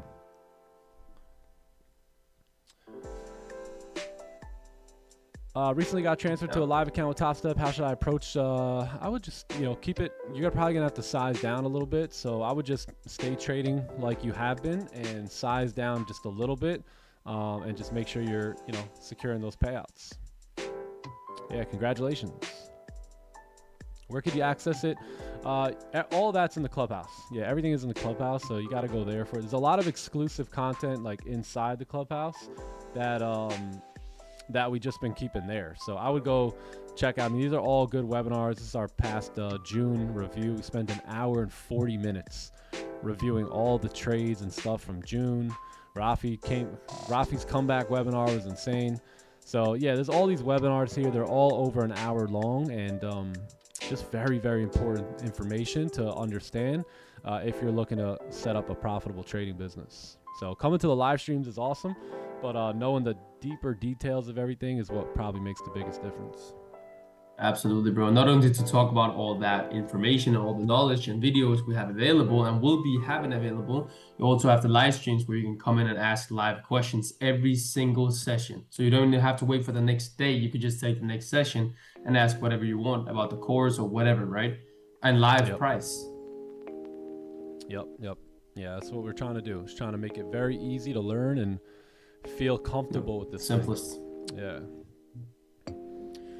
Because trading's hard. A lot of traders complicated. I watch different live streams. I even buy different mentorships just to look in them and see what's going on in there. And, I think we've got something special. I really do. So it's very simplified. It's very easy to understand. And, if you actually put in the work, there's no doubt that you can, do what I did and a bunch of these other traders have done. Access to the Clubhouse. You could just find it in like the description or hit ! Clubhouse. A link will pop up. But just be prepared to like learn, you know what I mean, and work. Like, don't come in there thinking that, hey, if I join the Clubhouse, I'm just going to be instantly profitable, because we want to develop you as a trader. We don't want to, just give you signals.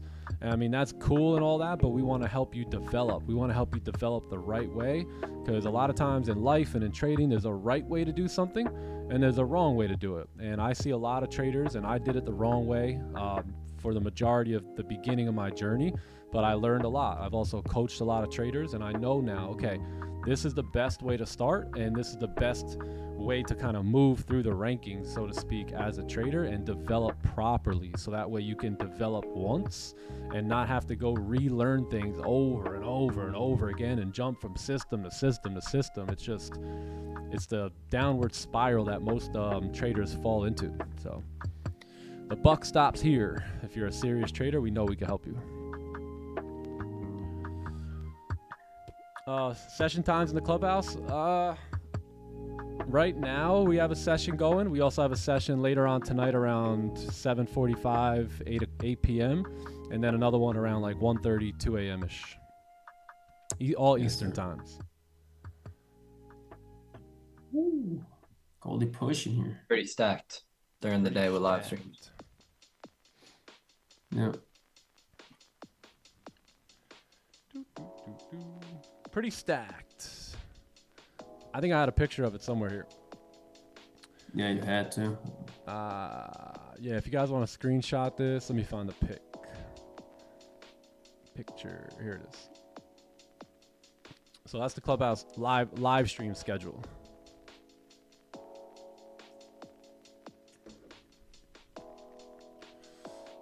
All right, we see what's gonna happen here, man. We got a 4-hour closure coming up. We had no chance to execute there at 9:30 with that no bottom wick. Price pushed all the way up and just does not want to stay up. So we'll see what's gonna happen here. Everything melting. Everything melting. I'll be right back, right? We got 2 minutes left. Yeah, give me a sec. BRB. Alrighty. Damn, John, look at gold. I know. Yeah, man. Goldie just doing what it wants. Absolutely. Wow. That gap got filled. Yep, as expected. About to. Yeah. As anticipated, really. Yeah, literally, man. Perfect read in London too, bro, today. Yeah, man. Yeah, man. Perfect read. Almost entry there, but no top wicks and all that. You can't do much. Yo. Oh, sir, man. Yeah. Yeah, Sale, that's facts, man. Right, don't expect to get rich quick here. You know, it's gonna take some time, definitely. Like if we're talking about 6, 7, 8-figure trading accounts, like we're talking about some time, right? Some work, some grinding, some repetition, right? A process, right? Good things take time to play out, right? There's a reason that, you know, the pork is so good in the slow cooker, you know, because it takes so much time to cook. It takes a long time to cook, and it's great. So I mean, same thing here, man. You know, we're in the slow cooker here, but know that every step, every rep is going to the long-term goal, you know, and stuff like that. So yeah, you know, we can get a lot done in a year, but what about 5, you know? And I think, you know, most people who try to get rich quick here usually end up quitting early. But people who aren't trying to get rich quick and are just trying to build wealth, long-term wealth, they're here and committed for the long game. So don't be that person just trying to get rich quick. Be that person trying to build long-term wealth. Yes, sir. All right, that was our target. Tapped on the nose there, baby. Yep. See that? Oh my goodness. Gold is in the run. Yeah, if you were curious about gaps, yeah, they do get filled. Yeah, they do. That would have been pretty reckless though, because we would have been in here, would have been all the way. Well, actually, we would have closed there, but yeah, let's draw. We would have survived. Yeah, regardless stops. Yeah, we would, but no bottom wick. That's tough. No bottom wick here, and no bottom wick here on NQ. So your 4-hour closure, no bottom goodness. We have a bottom wick in the 4 on gold though, but yeah. All right, shall we do a fresh top-down analysis just to kind of feel things out a little bit, see where we're at, get a little reread of price here. So daily gapped up, but you know, I don't know what the heck's going on here on the daily. We're starting to push back now. Let's move over to the 4-hour. So 4-hour closed bear. We knew that 4-hour celery could play out. We had a short bias. We even had sell stops at one point, right? But we deleted with that last couple minutes left, and price ran on us. So job well done here on the 4-hour chart. I think we still got some room to move down. So let's see if we can keep moving down, possibly even without a top wick, right? And kind of tap into that level right there at 40.70, which was really my main goal for the 4-hour chart. So let's see if maybe we could push down, tap into that zone, and then we could really look for counter trend trades, right? To buy it back up, unless price just starts shooting back up now, and you know, we end up missing that counter trend. So I don't really see an opportunity for the sells at the moment. 4-hour I think is going to need a top wick. We've been moving down for a while here, so if we're going to move down, I'll probably just keep letting that go. But overall, you know, I think if we can maybe close back above one of these ranges, then we can possibly look for the counter trend idea here. So we'll see. Let me see to the left. Yeah, we'll see if we can get a buy, like maybe a buy somewhere down here by 78 and then push all the way back up. If price runs too far up, then it's likely to consolidate for a bit then, and we can just mark the range off. So we'll see what happens, but overall, if we can get a bullish candle to stay right here and leave a wick, I like the idea for the buys coming back up. If not, then we might range a bit. So something like this will work for me. Take a buy on the next candle, we go up. If we do end up closing too far in the zone like this, then now we're looking at a range, right? So we will mark off resistance, mark off support, and then look for opportunities outside of that range. So yeah, that's pretty much it. Yeah, this is the zone in which we came from. So this is likely to be the zone we return to, right? If we do move up. So TP is way up at 92 on the buys, but we'll see if we can do it. Sir. Man, oh man. Monday. Yo, Night, yo, I'm checking that Green, I'm checking that Cash App history, bro. Green. I forgot to do that last time. Bro, put my real Cash you need App. a screenshot. You need to send me a screenshot, bro. I need that PC. You gonna call it? All right, T. Callahan, call it, brother. Call it, man. Putting my Cash App in now. No, I'm kidding. Man said John's thing. I know. Bro said gangrene. As it says, it's green. Like, I gotta check that Cash App history.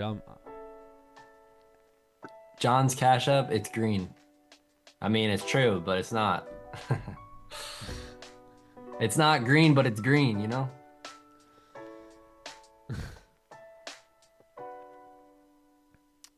You hear my voice in your head when you do it? That's awesome. I mean, I still sometimes hear Raja's voice in my head too.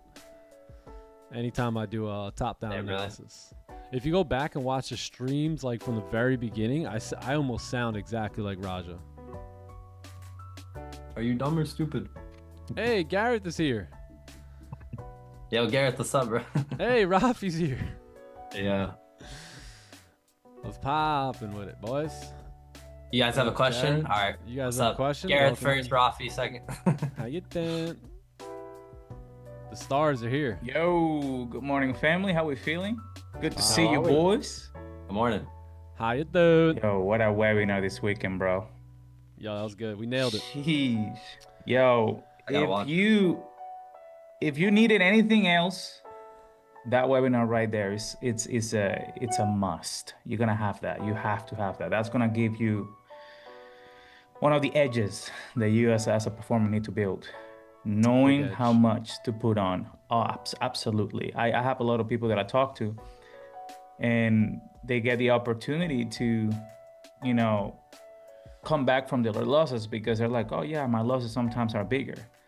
But if you have an edge on when to size up, that wouldn't be an issue. And this weekend, man, great job on that. Yes, sir. Yeah, great job, man. Awesome webinar. One for the books. One for the books. Definitely one of the more meaningful webinars for sure, man. Like, obviously they're all meaningful. Trade reviews are great, but like every now and then the entire community just kind of needs to rally around one idea. And I think that was the perfect timing and perfect topic to talk about here this past weekend. Absolutely. Great timing, man. What's up, Rafi? What's up, Garrett? What's going on, Mac? It's good to see you, brother. Great to see you too. What's the good word? Garrett got that Callaway hat on. Making me scratch my neck a little. It's made a return. We brought it back. Yeah, it's a little rainy today though. Very, very cloudy and dark, which is actually, it's kind of peaceful. But yeah, I might have to hold off golf till tomorrow. That webinar we did this weekend will need a part 2 as well.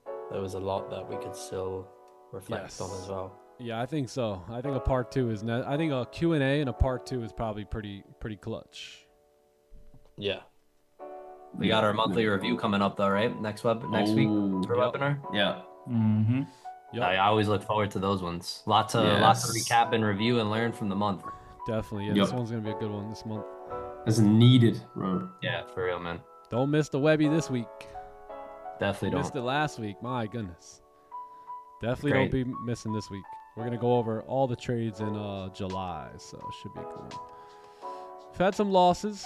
We've had some wins. But at the end of the day, it's predictable, right? A little green, a lot of red. Even when we do take losses, I took some big losses here this month,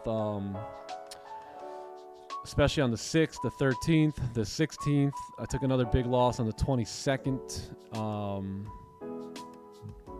Yeah, so I took some losses, but we're able to battle back from most of them. So we'll see how we Looking close forward to out see this those. week. Yeah, but we'll go over everything. Go over all the losses, most of the wins, and answer any questions that you guys have.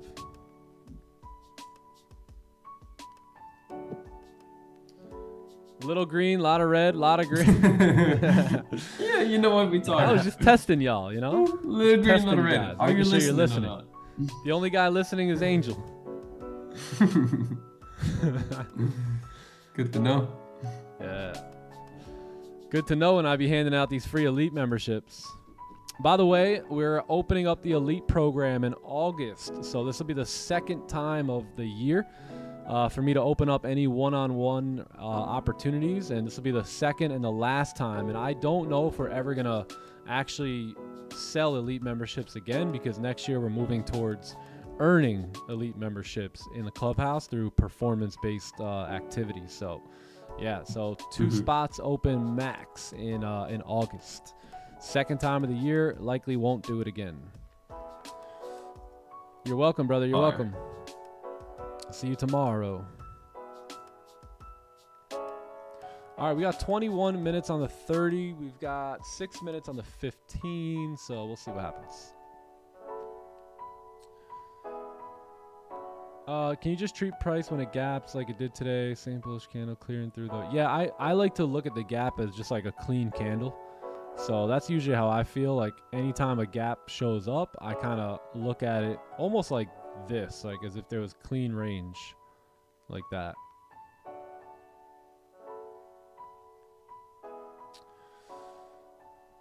Do I like the 1 hour closing back in structure? Which structure? Like back above 92?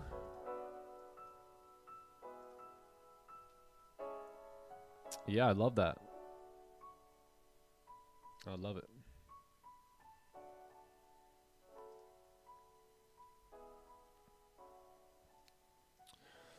Nick, there's just a question here from one of the Clubhouse members. They're asking why sells aren't valid off this 15-minute. Off the 15? You got like Yeah. this level here. This was my target, so I don't want to cheapen up my bias here and sell right at my target. So that's one of the big reasons. I think if we can get below there, right, a little little market structure, little retracement, then that's when the sells are going to play out again. Something like that. Because now we have all the way down into this range. So, yeah, remember we were looking for sells here, and we were going to exit right here, right? So this is where traders make a big mistake. And because they couldn't get that move, now they're gonna make up a story that it's still good enough.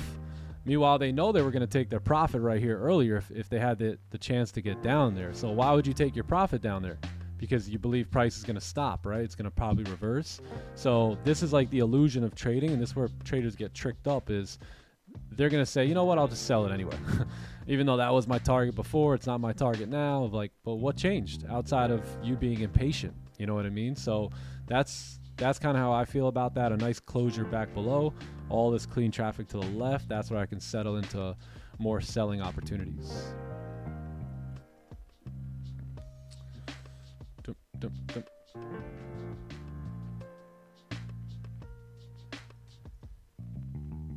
CRT strategy? I don't think I've ever heard of it.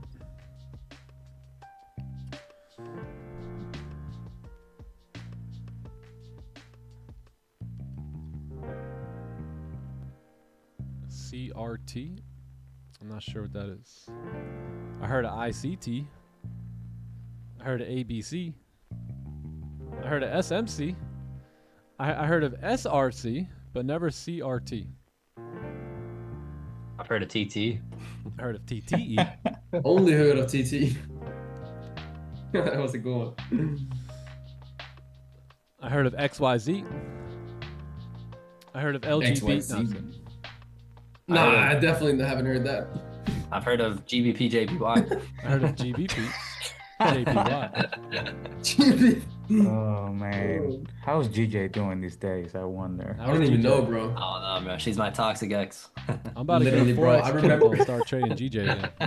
Bro, it would honestly be pretty fun. The only thing is, when you hit TP, that thing was like 10 pips. Like, it was so small, those ranges, it was insane.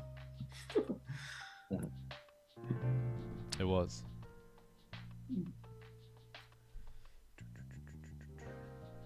See you later, Sherry. Have a good day. TTG. See you later, Sherry. There you go. TTG. TTG. Time to go. Candle range theory. One candle, I know what it is. One candle sets up the range. The next one sweeps and closes back inside. The next candle usually takes out the higher lows or higher highs. Right? Am I right? It's all a theory, though. I know what it is. I know what it is. And if I don't know, then there's always a man or a woman next to me who can say, hey, here's what it is, Nick. All right, cable trader?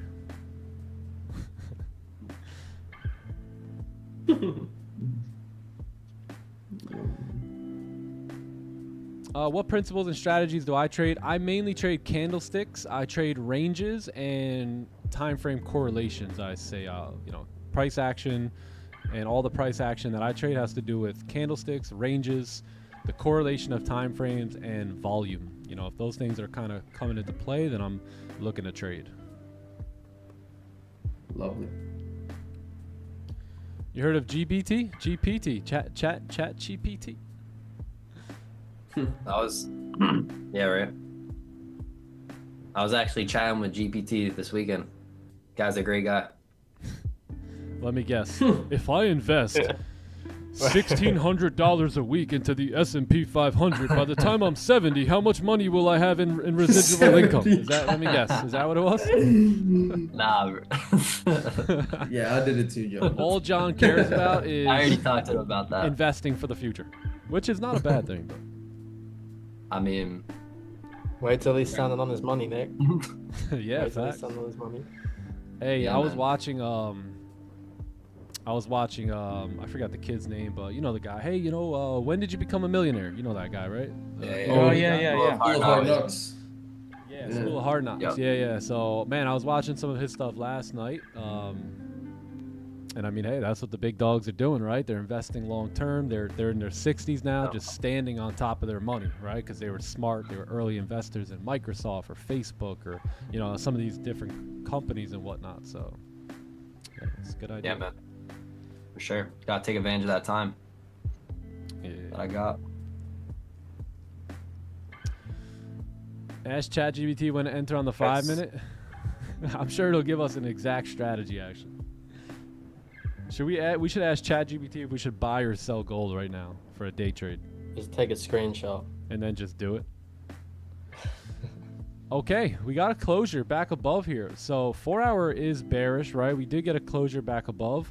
1 hour is still open. 30 minutes still open. 15's got itself a closure. So two things can happen here, right? You will likely to see this candle either move up first, right? Break the highs and then come back down and do something like this, right? And then we could probably look for selling opportunities, or right, we can come down and maybe, I think what would be best is if we can really get a steep wick here, right? Even break the lows, because those breaking the lows, that'll be the 4 hour breaking a low again, right? And then have a buy stop sitting right here for that candle to move back up and create a 4 hour top wick. So if we're going to do it off the 15, being the fact that we're so bearish and we can get faked out here, I think the pack runner is quite necessary. Break that 4 hour low after making a 4 hour high. You should drive down at that point. You shouldn't go back up and break the 4 hour high. So I think if we can break the low, push up and break that 4 hour high, that'll be a great entry point for us to maybe expect that 1 hour candle to come back above 92 and trap itself back in the range. I like that. Yeah, Would you 4 hours still there. are you only interested in sells below 71, or would you like it below the new traded support there in 50 now? Probably below 71. Yeah. Okay. All right. But it's not bad. It's not bad below the 15. I mean, the thing is, right here, you know, you have that. Yeah, I which see that basically too. we rejected there. Yeah. Not much structure on the 30 or anything yet, too. Pretty overextended. Yeah, nothing too crazy yet. So yeah, let's see if we could do that, or even like a 15 seller would be pretty good here. But yeah, steep bottom wick is necessary, especially while that 30 is still bearish, 1 hour is still very bearish, and then obviously the 4 hour candle, very bearish.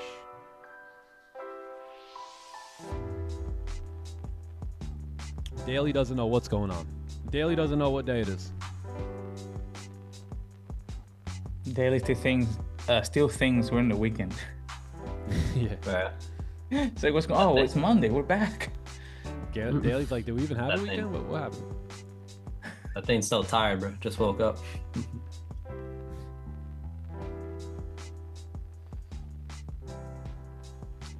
Sandy Links, I wouldn't use it for that. I would maybe use it for some like organization, like you know, like I don't know, like John, you know, like if I kind of treat ChatGPT a little bit like better Google.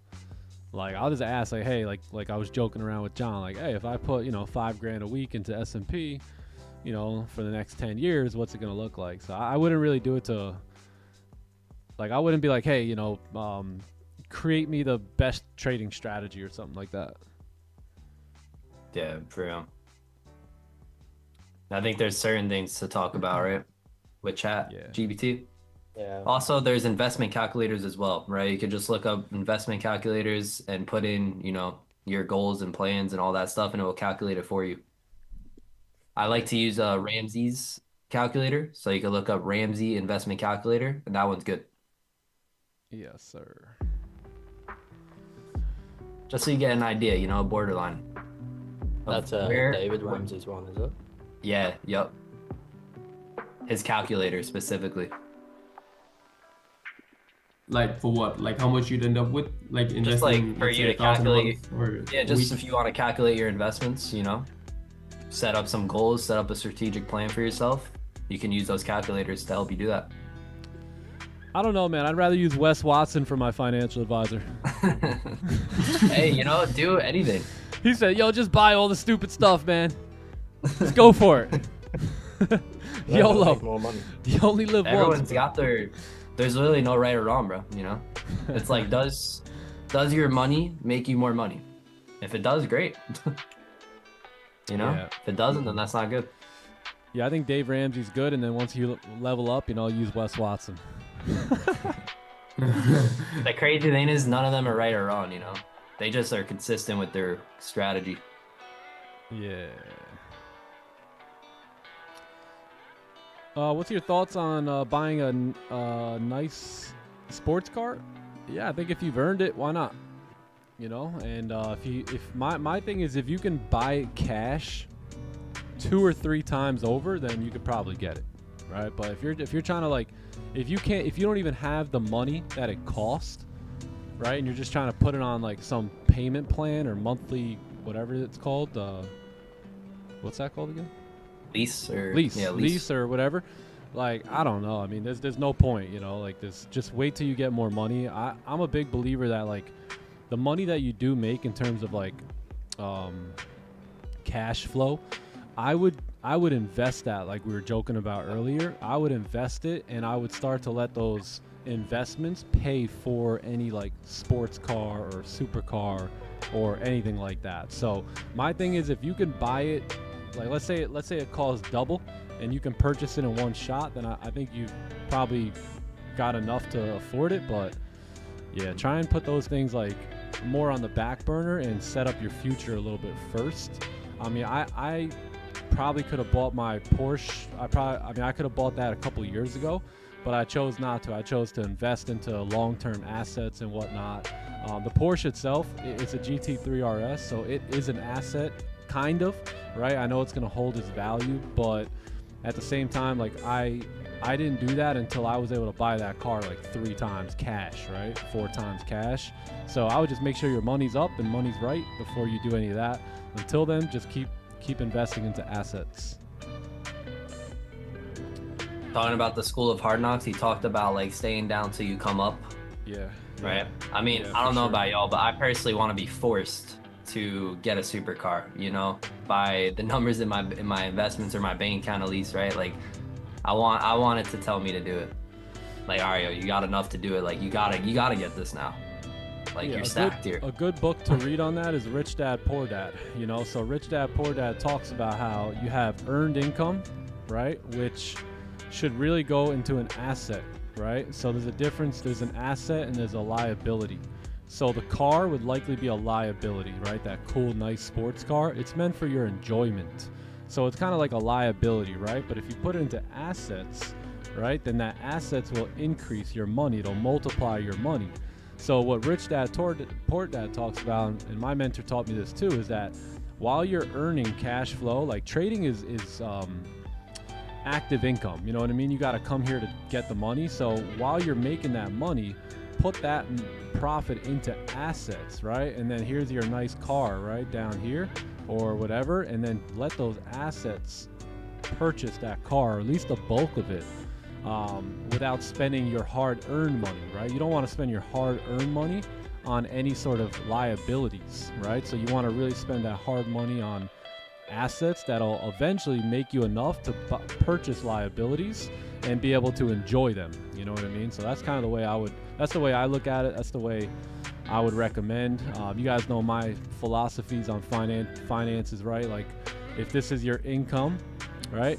And then this is your expenses, right? Most people, as their income grows, their expenses grow with it, and it keeps them in a very, very bad situation, right? So while your income grows, I would stay low key. You know, it's like right here is where you're gonna think about it. See how the money's starting to go up? You're gonna think, man, I should get a sports car. But you gotta be careful, right? You gotta be careful because that money could easily go down. So I would create the gap, and in this gap is what I call freedom. So this is what I did for years. Is as I made more money, I began to spend less and put a lot of that money into assets versus spending it on things that I thought were cool or things that I wanted. Actually, like as I made more money, I started selling things that were, you know, I was getting rid of my Netflix. I was getting rid of my wife's car. I was getting rid of her insurance. I was getting rid of a couple bills that just didn't really make sense. They weren't more important than my freedom. So as I began to make more and more money, I began to spend less, right, and keep my spending the same. And then eventually what happened is, right, eventually I started spending a little bit more, right? And even today, I'm nowhere near this level up here, right, spending at that level. I really don't even spend too much money. So, yeah, that's what I would say to do. You know, don't be in such a rush to get all the fancy stuff. Your time will come, and if you do it the right way, man, you can actually enjoy it forever. Yup. There's no secret assets either, right? Real estate, stock market, business owner. Put that money in there. Let it make you more money. Yeah, you could buy real estate. You could buy stocks. You could buy businesses. Yup. I mean, there's so many ways, right? You could buy bonds, high yield savings accounts. All, you know.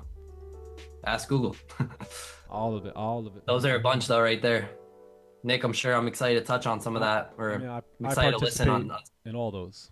Yeah, exactly. Yeah, on that new series. Yes, new series, financial literacy. We're going to talk a lot more about what we're talking about right now. Yeah. The one thing I like about, like, let's say, like, not so you have stocks, right? But then you also have an opportunity to buy businesses and buy property and buy things like that. So one thing I like about real estate or businesses is now you have so many more write-offs, because a lot of people think, hey, the real estate is only I buy the property, I rent it, you know, I make X amount of money on, you know, residual income or whatever every time it's rented out every month. But there's much more to that, right? Like now, like let's say this house, right, is a part of your business, but here's your regular house, and your regular house needs a new garage or something, right? This is where you can actually use business money. Let's keep this on the low here, right?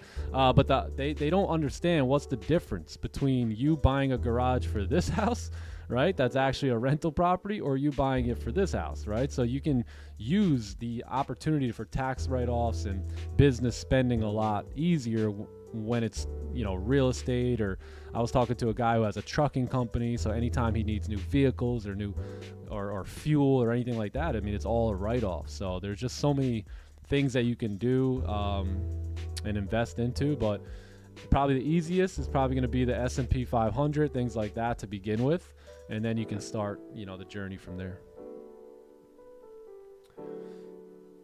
S&P is so simple long term, boring wealth building, but if you put enough in over time, man, you can like by the time I'm 60, it's insane, right? As long as I keep going how I'm going in terms of like my S&P 500 investments, I mean, it's going to be crazy stuff. Absolutely, man. Mm-hmm. You need that, right? You need some working for you long term, right? Something to count on long term. Yeah, real estate I wouldn't rush into so much because that takes it's a little bit more complex or whatever. But yeah, right. That's the thing. Everyone has their own opinions too about which one they like better. Real estate, stock market. Just find your niche and lock in. Yeah.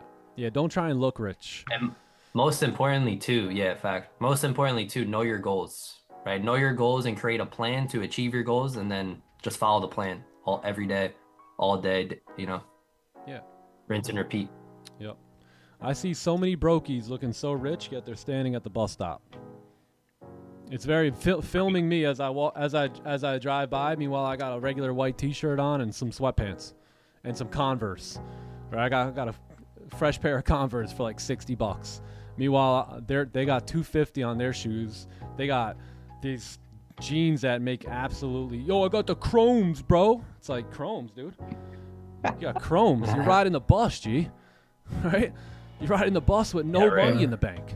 Like, what you mean you got? Yeah, but these pants right here, I could sell them for $400. Oh, well, that's great. You know what I mean? So a lot of people just have their priorities wrong, and it's understandable. They have no financial education in their household growing up, so it's very, very understandable.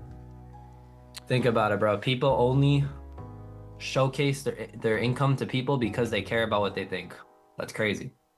What would you rather more? Would you rather someone's opinion, right? Would you rather someone's opinion, or would you rather freedom and wealth? Anyone who was at the meetup this past weekend, outside of the McLaren, let me put that one aside. Did I look super rich to you? Right? Well, I was literally wearing a white T-shirt and blue jeans. All right, man. Let me put aside the $500,000 exclude car. the McLaren. All right. My car is the flex. Yeah. So, one thing I love about having a supercar is literally dressing like a homeless man and then getting out of it. Be like, hey guys, how are you? I mean, the car is the fit in a way, you know. Exactly. Dude. Hey, how are you? You know, did I even look rich beside the $500,000 car here? Besides that, we're talking about clothing. You know, I think I had Converse on or some Nikes. Yeah. Yo, it's looking good here though. Closure. Funny, man. Yeah, look at money. Yeah, we might have this closure below. Wow. All right, yeah, let's see if we can actually get a top wick here. This is actually looking pretty good for the most part. You got a 4-hour candle here, so I'm probably going to lower my size a little bit on this just because of how extended we are. 140 pip stop, so we're going to need a decent top wick here, and then I'll have a sell stop on the break of the 4-hour low. See if we can go. 1 hour has been moving. Yeah. Been moving. I need a top wick better than that. I've waited all session decent. long. I could afford to wait a little bit more. Yeah, I need a decent wick here for sure. The candle literally just opened. Break of the low and then a push up. 4-hour at target now though. Yeah, that's what I'm saying. That's why I need like really good confirmation, because even though the 4 hours at target, we could still run down, but I'm not trusting it without 4-hour low. Yeah, without that confirmation. So we need a decent top wick here. Hey, but you want to know what the best investment is? The best investment I ever did was myself, right? Invested in myself. I was going to say that. Invested in mentorship, my health, my knowledge, my environments, my relationships, right? Those actually had the biggest ROIs over time. Those are still my biggest assets, is the mentorship that I receive and have received early on in life, the relationships that I've built, right? The rooms that I was in and the networking I was able to do, my health and my knowledge. Those are probably my biggest assets that I possess. I'll tell you what, they're worth way more than a Porsche GT3 RS. Way more. Way more. So if you're thinking about investing into you or buying a car, I would definitely invest into you. By the way, you're going to get the car, and the car is going to be such an asset, you're not even really going to drive it too much. You know, in the beginning, you're going to drive it and stuff, but then eventually it's going to, you know, basically be a placeholder in your garage, right? I mean, I don't even drive my car that much at this point. So just, it's not the whole world, you know what I mean? I remember before I had a supercar, I was like, man, I remember Raj, how do you like that new Ferrari? He goes, yeah, you know, it's just a car. And I never understood that, you know, until I finally had my own. The Tate brothers with their tacky clothes.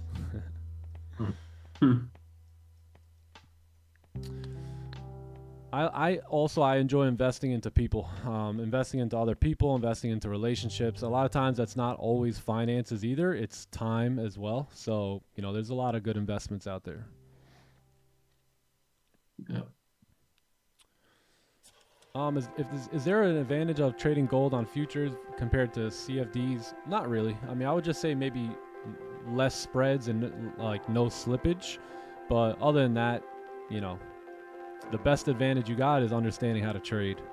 So if you know what you're doing and you know how to be disciplined and patient and all that good stuff, you can pretty much make money anywhere. Yes, sir. Man, even Warren Buffett said it best. He said the best investment is in yourself, and he's even a billionaire. So I mean, investor. Yeah. My goal was always to just build a income stream, and then more importantly, build assets that create long-term freedom, that protect my peace of mind, and that don't require me to put in so much work and at the same time gamble, you know, a little bit. Like this is as close as I get to gambling is trading. And that's really all you can do, right? I mean, that's the process. Taking active income and putting it into and making it passive income. Like, there's no other secrets, right? Yep. Like, that's the process. All right, I believe we broke the high again, but I need a better. I can't do that. No. I'm holding Absolutely on. Not I'm here, good. not now. You know, my thing is too, I'm thinking about the whole week we got ahead of us as well, you know? Yeah. You really we'll want see it to be something there. better than this. Yeah. I'm like, About I don't know, 30 do I want to minutes blow is 10 too grand close. here? I don't think so. Yeah, Gareth. I don't know. Maybe if we got a better Yeah, topic, I'd be 30 minutes doesn't scream we need to be in sales right now. Nah. No, it's like 7-8 candles in a row here. Everything's overextended too. You know, 4 hours. Yeah, literally. 1 hour. Never really got that pullback I there. mean, look at the 30. 15 minutes. The best entry would have been up there like 80 something, 82-ish. On those lows, that would have been that best entry there, kind of. Even there, we were a little overextended too. Pretty much where we wanted to sell the first time would have been best. Yeah, exactly, right there. That would have been the best. At least the 15 minute gives us a new resistance in a way. You know, bullish Nice candle, read, though. bearish candle. Great read here today. What prop firm do I recommend? Just the ones that are kind of on the bottom of the screen, flowing on that banner. I don't really, I won't get like discount codes on like some random cheap prop firms that I don't know is gonna be like legit. So yeah, all those ones I pretty much recommend. Nice, bro. All right, I'm gonna dip here though. But Okay, yeah, I bro. hope you all get this trade here, if anything. All right, Or yeah, otherwise have a great day. And then go Yes, enjoy sir, the day you too. here now. Yeah, enjoy the day. Peace, bro. Peace, bro. Appreciate it, man. See you in See you, London. John, Easy, Rafi, Gator. Gareth, Nick. Peace, peace, Yes, sir. peace. I'll see you. All Peace. right, Have a great day, peace everyone. out. See ya. Yo, Rafi, how did the first call go with the Elite Performance Edge? Hey, Man, the guys are hungry. I like that. Smaller group, and that would call for a little more attention, and it went well. It went very well. I'm very excited about it.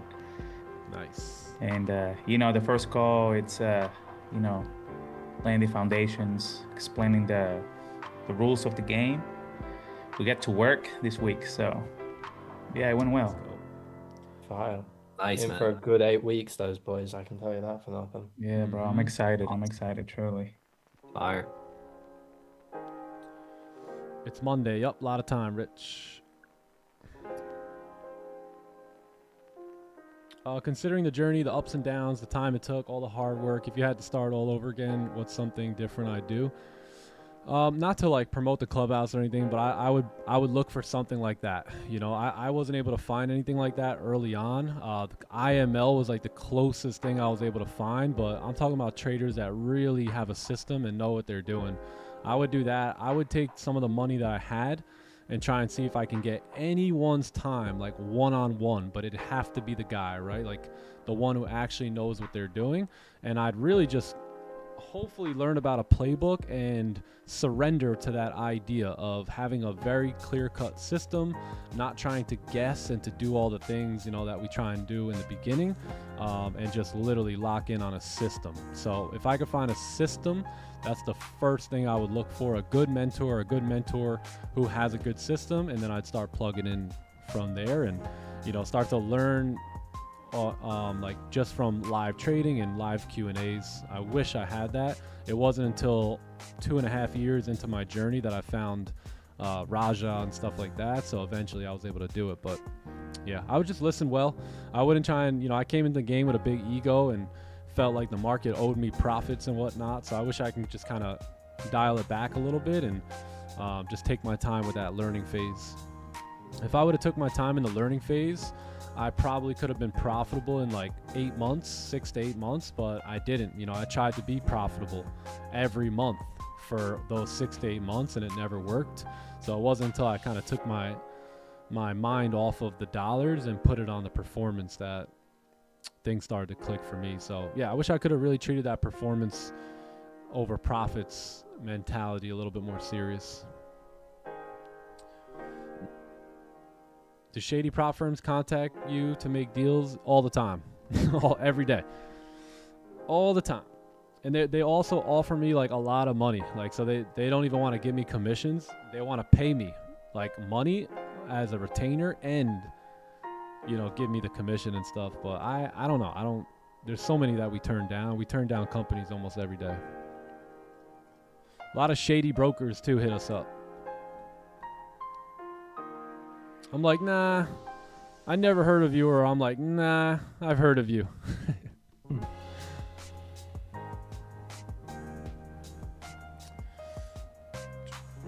Who's Raja Banks? Raja Banks. That's who he is.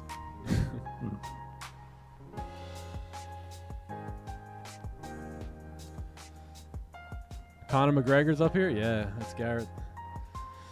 Is Magnus my stepson? Hey, no, yo. he's a extremely good mentee though, and he makes some good money off of staying close to me. Why did we just brush past the Conor McGregor shout? Dublin. 2 seconds. Dublin in the house. You know, I was really upset when I found out that everyone in Ireland talks like Conor McGregor. I'm like, nah, I thought he was unique. Mate, it's literally, he's just part of the language, mate. Yeah, I thought he was the only guy in the world. I was like, man, that accent is great. Then I noticed everyone from Ireland sounds like that. Yeah. I've had a couple elite guys that were from Ireland, so I've always enjoyed our conversations and them and their accents. Is TX3 in South Africa? I don't know. I don't know if they sell there, but try and maybe either Google or ask their customer support, or maybe even just try and buy a challenge and see what happens. You were going with Ed Sheeran? You got a guitar, Gareth? Do I have a guitar? I used to play guitar. I just don't have the ginger hair, mate. Yeah. No ginger hair. Yeah, it's funny. All right, that's what I'm saying. Unless we get a steeper top wick, this is not luring me in. It will not sell me here. I will not be sold. I'm not really convinced. Not convinced. Buy or sell? Neither. Neither at the moment. I think golf. I think this is good. Probably a good time to start thinking about some golf here.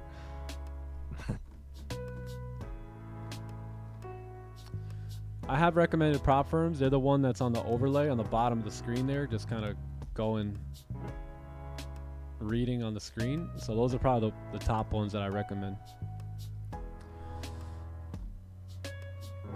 How do you know if the wick is steep enough? You really don't, but you know, in this situation here, like I'd rather see us get something pretty decent, right? Because I mean that 4-hour candle, I don't think it really has much of a high at the moment either. So yeah, I'd like to see something pretty steep, you know, back in the range, and then come down and break the low.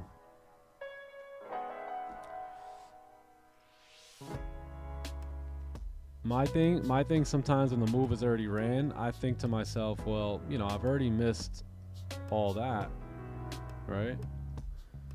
300. Why force something just to try and get what, like just a little bit more out of it? Especially if it gives me my setup, then yes, but like I've already missed all that, you know? So what's the point of me trying to rush in here now? I should have just rushed in up here, right? So now I need a good piece of market structure, a nice little pullback, right? Something worth me putting my money into the market. I mean, that's what you got to understand too. Like, I know a lot of us are trading these funded accounts, but you know, ultimately every trade you take is an investment, right? That you're putting your money into. You're basically investing in the idea of the candle going a certain way. And yeah, it's a quick investment, right? But it's still an investment, and you got to be, you know, able to say, hey, I'm willing to take that investment or not. So yeah, I'll wait for a little pullback here. Notice how the 15 never moved up. We talked about this candle kind of driving back down there. So Nick, there's a really good question about mentorship in the clubhouse there. I just tagged you in it if you want to read it, from Nicholas. Let me find it.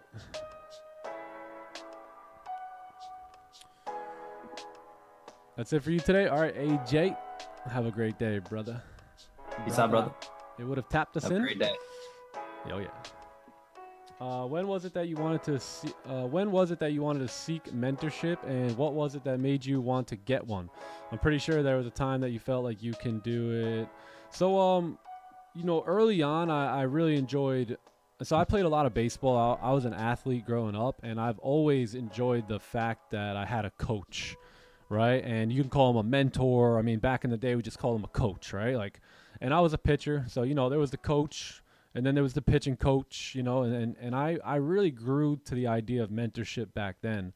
I remember when I stopped playing baseball and I started working and getting jobs, and there was just no guidance. Like, I missed having a coach. I missed having teammates, right? And in the job world, it was like no leadership, no coach. And then, you know, everyone is employees, right? So no one's really on the same team.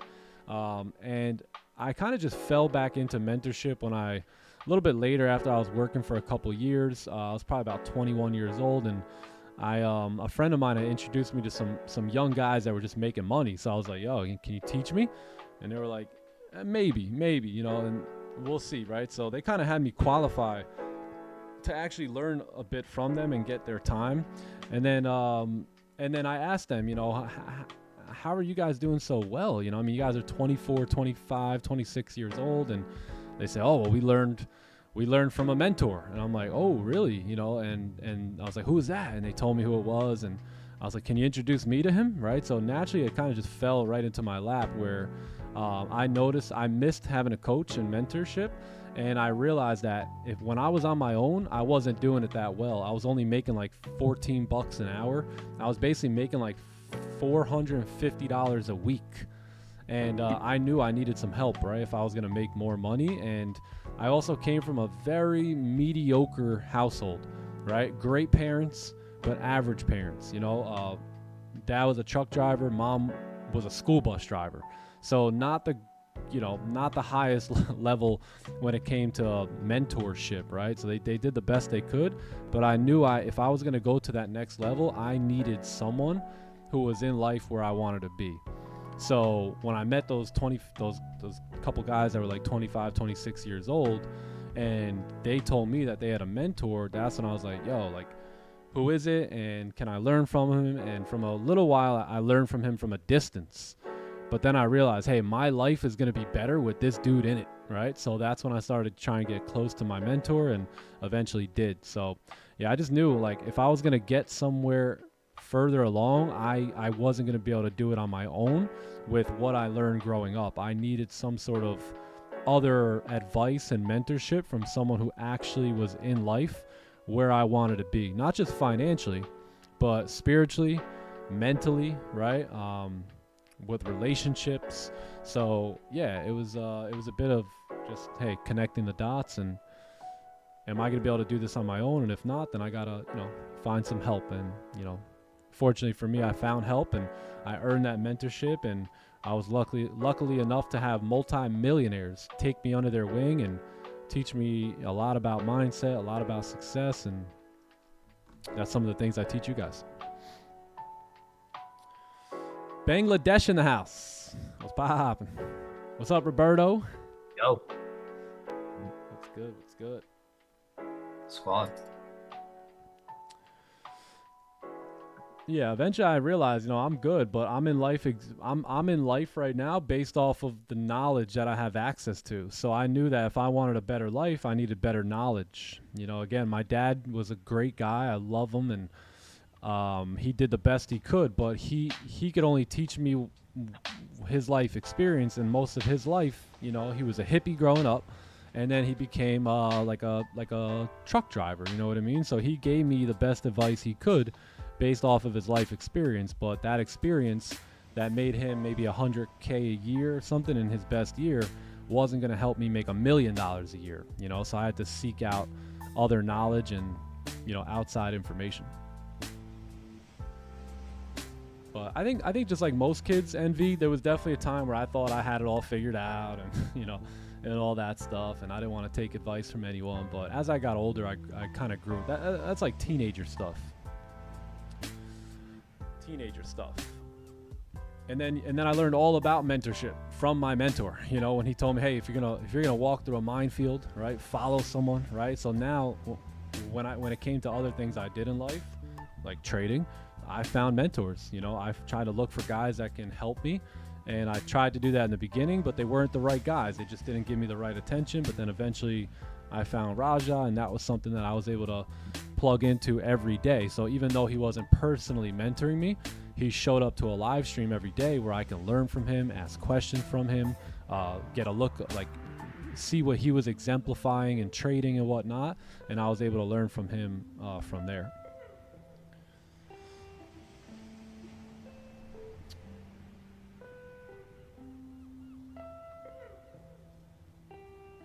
Yes, sir.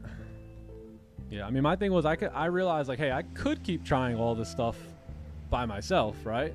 But I was tired of wasting time, right? I had time, but not enough to waste, if that makes sense. And then, I was like, all right, you know what? I could do it. I could probably try and put it together by my own self and make my own mistakes and whatnot, or I could just humble myself and learn from the people who, already did what I'm trying to do, and that's what I did. Also, when you pay for mentorship, you're paying for data as well. Like this person has worked with hundreds of people probably that you were in the same situation in. He's already seen the results that he's gotten with the people.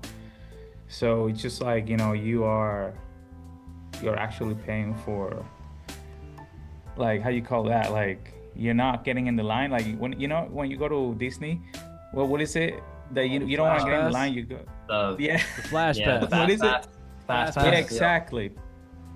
It's like the fast pass. Yeah. Like you pay him, and he's gonna advance you so much quicker without you taking the hits and all that kind of stuff. And I feel like there's a lot of value for me when I. Funny enough, like I applied for a bunch of jobs and I got denied to everything. And this one email, send an email. I got called for an interview. It was a coaching position. I didn't have a degree in coaching or anything, and he said, if you want it, I can guide you. If you don't, then you're gonna have to let it go. And I'm like, okay, well, you're gonna guide me. I'm not a psychologist, I just whatever. He wanted me to work on the mental side of the whole team, and he told me, I'll guide you. I'll put you in the places that you need to be and you need to learn. Well, he paid for a program, with a mental performance coach. That was the first time ever that I had mentorship. And the guy guided me on, like, this is how you're gonna work with these guys, and this is what I worked with, and he basically gave me a framework. I didn't have that. So me, going into mentorship gave me a framework for me to put into practice with a team. And then I found another coach, and And then as you grow, you know, like the mentors will bypass you, put you in a place where you don't have to just, you know, try and fail and try it and fail. Just get you right on. Facts. Yeah, man. Once you can put the ego down and submit in a way to another man or a coach, I mean, life changes quickly after that. It doesn't, I mean, mentorship doesn't automatically guarantee your success, right? You still got to do the work. You can shorten it, you know, you can shorten the learning curve a bit, but mentorship will expose your blind spots, expose your weaknesses, correct your thinking, right? Give you different perspectives, and ultimately help you see things that you wouldn't necessarily see on your own.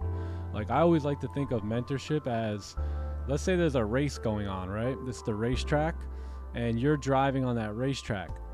Your mentor is looking at it from an aerial view, right? So that means above. You guys ever watch football games, basketball games? They show the camera view from above. So the mentor looks from above because he's already been down the road. He already took that path, right? And he knows, hey, you know, over here it's gonna split, right? And whatever you do, don't go left, because left leads nowhere. Make sure when that split comes, you go right.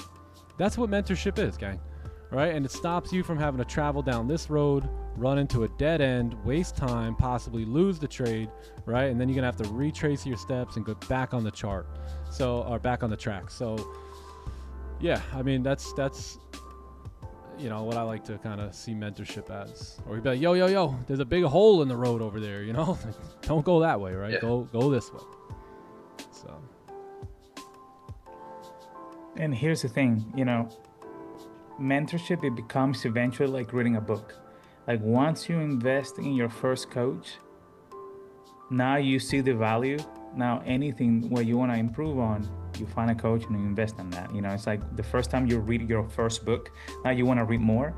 It's no different. Like, there's always somebody out there that can help you to get a little farther from where you are, because there are guys who are, you know, like not experts necessarily, but that's their niche. That's what they focus on, and that's what they truly are good at. And once you find that, man, like, now something that I was talking about in one of my contents is getting the edge, right? You gotta have the technical edge. Now you're gonna have to have the performance edge of it, and that talks about emotional regulation, understanding yourself as a person, as a performer, and meditation, stuff like that. All of these things are little tools that you put in your toolbox to become a better performer. And there's mentorship for that. Yes, sir. Yep. So mentorship is fun too, because you look, you're still gonna go through your mistakes. You're still gonna run through the same emotions. You're gonna have the same confusion, right? But only now you're gonna have someone on the side of you saying, "Hey, that wasn't a mistake. That was a lesson." Or, "Hey, I know you have this emotion, but I would look at it this way." Or, "Hey, I know you're confused. Let me explain this to you," right? And that happens throughout your journey when you're with a mentor. Where if you're not, you know, it just you have to, you know, figure all that stuff on your own. So yeah, I'd say mentorship is one of the most valuable things I've got in my life. I would definitely, if you have an opportunity to be mentored by someone in life, like who's in life where you want to be, then I would take it. You know, the ego is the only thing that says I could do it myself. I could do it on my own, right? So, and I'm sure you could, but it might take a little longer. Gangrene. Glad we didn't enter on the break of those lows, eh, boys? Yeah, facts. Finally, 6 years of experience helped us out here. Yeah.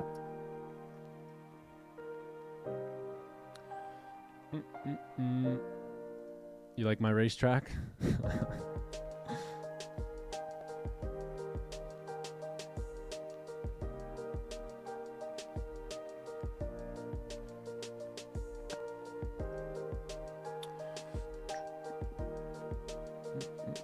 All right, well, we'll see what happens here. 15 coming back up now. So 3 minutes left on the candle.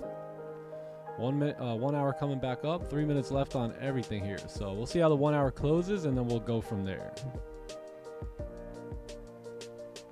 Everything closing up here. Will AI replace traders?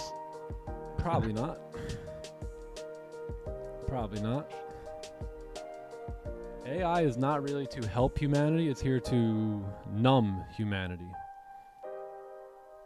So I think whoever is able to take advantage of AI is probably going to win, but I don't know if AI will completely take over retail trading. And if it does, then we'll trade like, you know, potatoes or something. Really tough, I would say, because the market needs the emotional traders. Yeah. It has fun with the the retail yeah, traders. yeah, exactly. So Yeah. we need the humans. AI, like everyone can't win. Like Facts. you can't just have a bunch of AIs that are not going to lose trade the market, because the whole market no is one makes run money. off people losing money. Yep. Yeah. It's a sea of a bunch of emotional people. That's what it is. These candles that you see, that's all emotions right there. Just people feeling, you know, scared, and then you sell, or they feel scared, they just buy. That's all it is. Emotions and greed. That's it. Fear and greed. That's all it is. That's all that creates these little candles. Open Clubhouse. Clubhouse is open. Oh, all you gotta do is say open sesame and click the link. Nah, he's in. And you're in.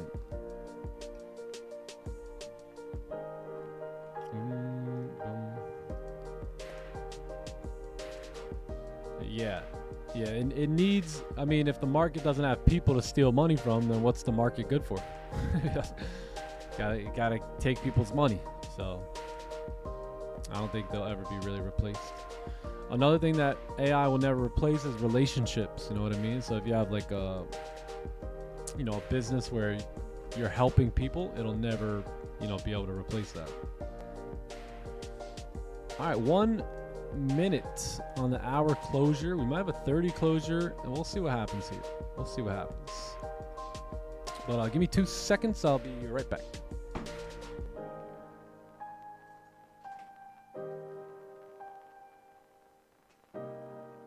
All right, let's see what happens. See you later, Philippe. See you in agent session. Yep, you always got agent session.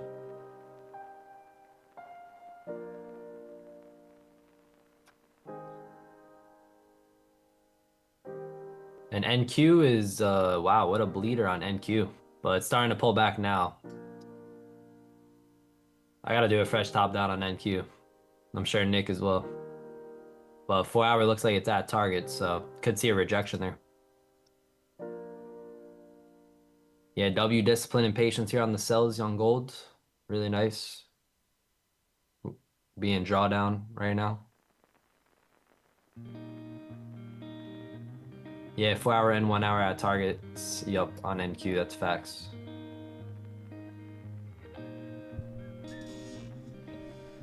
All right, let's see what we could do here. I actually don't mind these buys, especially on the 1 hour. We need a good lower wick and all that, but yeah, decent closure here. Pretty good. Yeah, pretty good on the 32. So let's see if we can get a nice bottom wick, and potentially we move back up here towards like 92. This is probably my last shot here too for a potential trade. It's 11 a.m. Yeah, so.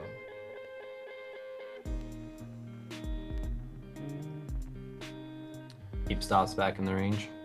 Yeah. Yep. Like it. 40. Probably less. Probably about like 100. Yeah, that's what I'm thinking. Let it move up. Yeah. Right at that support. Yeah, because a lot of buyers most likely got in here, and here, and here. So a lot of them are probably stopped out now. So you guys ever try and call the bottom, and then it just goes lower, and lower, and lower, and then eventually it's like, boom, shoots up. So that could be where we're at the moment with that 1 hour closure there. So let's see if we can get this decent lower wick and then potential buy stops here. 4 hour coming back up. We really shouldn't break our 4 hour high if we want to continue down. So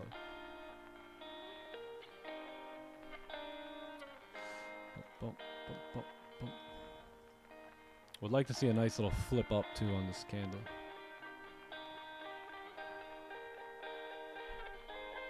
Let's see how did Nasdaq close?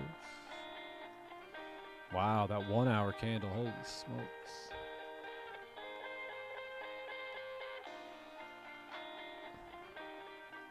Yeah, probably gonna be gold here for me. So you're looking at that entry on the 4-hour high? Yeah, I don't think Or it's the- the 4 hour or the high, to previous be 30 honest. minute. Yeah, I'll be let's- breaking the 1 let's hour high measure. too. Yeah, I think the 4 hour high would be best. Yeah, Mhm. I like that. So here's a good example on like when to use the 4 hour high versus that 1 hour high, right? So your 1 hour high sits here, right? And then your 4 hour, oh, that is the 4 hour high. Which one is it? The 30? Yeah, okay, I'm sorry. So your 4 hour high is right there, and then your 30-minute high is right here. So believe it or not, I know that's not that much room, but it makes a massive difference in confirmations, right? Because you can sit here and break this high, right? Which is again that previous 30-minute high, but then never break the 4 hour high.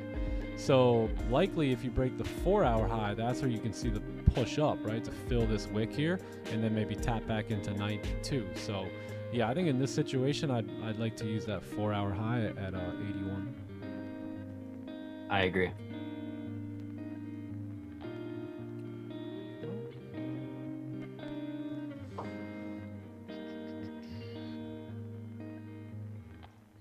What a move down. What a move. Nick will be a guest speaker. That's right, gang. I will be a guest speaker at an in-person futures boot camp in May. That'll be actually in Tampa. So there's tickets for sale right now. So for anyone who wants to pull up to that in-person event, meet us down in Tampa. We're going to be doing an exclusive event, like just a exclusive TTE event over that weekend as well. We'll have a nice dinner. We might get the elites to pull up that day too, but definitely going to do like a dinner for anyone who came, and then we'll probably have like some like mansion Airbnb thing going on too. I forget the dates. What are the dates again? It's the 23rd, I think. It's like May the May 24th of 13th. October. Yeah, May 13th Oh. and 14th. Oh.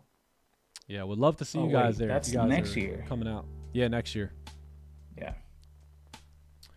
Yeah, next May. So got some time. What, that's the elite dinner next May? No, we'll probably do that a little sooner, but I'll probably try and do something in May too. Or Right. maybe we don't do it just elites. Maybe we just do TTE members that come to the event. We'll spend some extra time together and all that good stuff. All right, boys, I'm going to have a buy stop here. That buy stop is going to be on the break of the previous 1 hour high. So 1 hour highs for the buy stop, and we'll see if this thing wants to push up. It's 11 a.m. This is pretty much my last shot for a trading opportunity here. Yep. Buy stop. The plane present itself. Yeah. Clean wick fill there. Yep.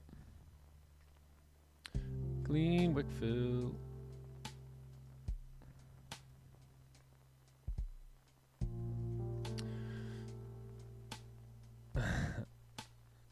Do I give a trade in every live? Not every live. I mean, if there's a trade that presents itself, then we'll take it. If not, then I'll just give you some trading nuggets and life nuggets. But I wish we could take a trade at every single session. I mean, I don't think there's anyone on the stream that would rather take a trade than me, right? I mean, I got all y'all watching, right? So it's like, hey, I want to present the trade, but you just can't force those trades. So you got to stay, steady with your plan and stick to the playbook. I'm looking at 88 for partials. What about you? 88, yeah, somewhere around those wicks. Yeah, I like that. Perfect. So the way this trade's gonna go here is break even and partials somewhere around 88, like John's like 88, 87, somewhere in these wick areas here. That'll be partial TP for me, and then I'll look to take full TP up at like 92, 90, 93, somewhere up there. Stops are gonna really probably just be below the current low. Yeah, I'm just gonna keep a tight stop here. not really risking too much either on this trade, so.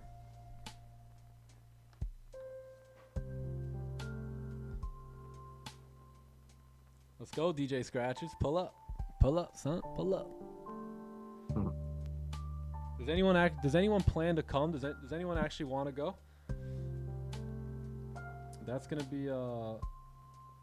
be an opportunity for you to network with other traders, meet other traders. There's gonna be people flying in from all over the country. I think even all over the world. So I think there's like 110 seats max, I think Austin said. So it should be pretty epic.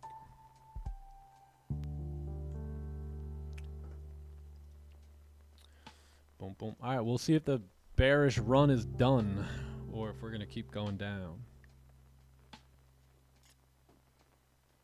Stop loss for me is gonna be below the candle. Yeah, probably like 40.72.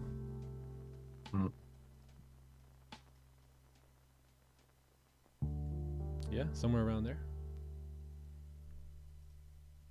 Yeah, good wick too. Took its time opening up. Yeah, nice, meaningful in size. Yes, sir. Ron's gonna be there. All right, Ron, let's go.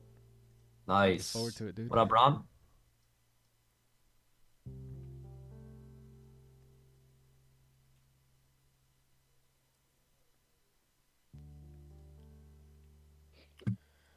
The previous 15 doesn't have a bottom wick. Yeah, I mean, look, very rarely am I going to stay out of the trade because of that. I mean, I'll use that as like extra confirmation to be like, all right, cool, we had no low, now we do. But a lot of times, like, and sometimes it's like, okay, the candle's going to come back down for it. And then sometimes it's like there's so much bullish volume here that price didn't even make a low. So there could be bullish volume waiting to push up here. So I don't really need that pack runner to get in on the break of the 4-hour highs. But yeah, if you want to lower your size because of it, it's not a bad idea. But yeah, sometimes I see these candles as they've just got so much bullish volume, it's like hard for it to come down and make that low.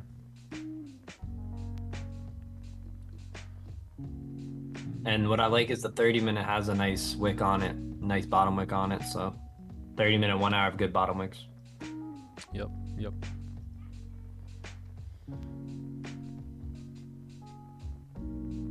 I can hold losers, but when it goes in slight profit, I can't control emotions. Yeah, that's because you're probably not really planning your trade and trading your plan. So notice how before I get into any trade, I know where I'm closing my partials. I know where I'm closing my full trade. I know where my stop loss is. So that way, once I get into the trade, even if we're in drawdown for a good amount of time, once it goes into profit, I'm not going to be like, all right, I'm closing. Right? Nah, it's still got to get here and then here. So I just do a good job at before the trade is put on, planning it, and then while I'm in it, when my emotions come in to say, no, break the plan or get out early or get out, hold longer, I'm like, nah, I already got a plan. So I'm just going to follow that simple plan. That's what keeps me profitable. So if you just plan your trade, right, and then trade that exact plan, and get yourself out of the equation, like what's making you make decisions? Your emotions. So if you have no plan when you get into a trade, you're going to be very emotional, right? You're also going to take the loss. Like if you have no plan, you're going to be so happy when you win that trade. You're going to be like, oh my God, right? As if you got lucky. And if you take a loss there, you're going to be pissed because you're going to be like, I don't even know what I'm doing. Well, why, blah, blah, you know how it goes. So if you plan to trade, like there was a few times you heard me today say, hey, now that we have this and this and that, I can justify taking a loss here, right? So the main thing I think about is before I get into a trade is if this trade loses, will I be okay with that? Is this a good enough trade for me to get it or a good enough opportunity for me to put my money, get my money involved and still be okay with losing? So that's the other thing too. You just got to plan things out, and once the trade is on, that's where emotions are going to turn on, but now you have to lean on the plan that you made before the emotions came in. And then, by the way, lower your size. Detach, man. Detach the size and, just play the game. I want you to treat trading like a video game for a little bit. Forget about that there's even money involved in here. Who cares, right? Because you'll never get it if you don't understand how to play the game, You know, so there actually, believe it or not, for 90% of people, there is no money involved in trading because they never get to it. They can never touch it because they never realize that the performance outweighs the idea of getting profitable, right? So if you can focus more on the performance and learning how to play this video game as if there's no money, right? The only thing you need to do to play the game well is take good trades and trades that run and play out. So if you could begin to understand how those show up, when they show up, that's when you can start executing on this. And if you keep your size low and treat it like a game, you'll get a bunch of reps in, and you know, you'll realize, okay, you know, these trades tend to run in profit. Let me not close it, you know, halfway through or when I see some green. You gonna hold through this if we get a bearish 15-minute closure? No. Nah, if we close bearish in the range, I'm going to delete because there's 2 minutes left. If we close bearish, that's it for me. Dunzo. Yeah. Dunzo. Might what up, J-Mac? There. What'd you say? Might be a session there. Yeah, I might call the session if this candle closes below. J-Mac, how are you, brother? How's the family doing? Great to see you as always.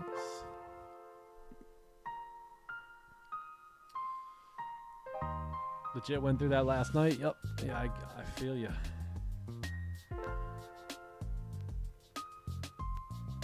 Yep. You got to give the profits that much respect too.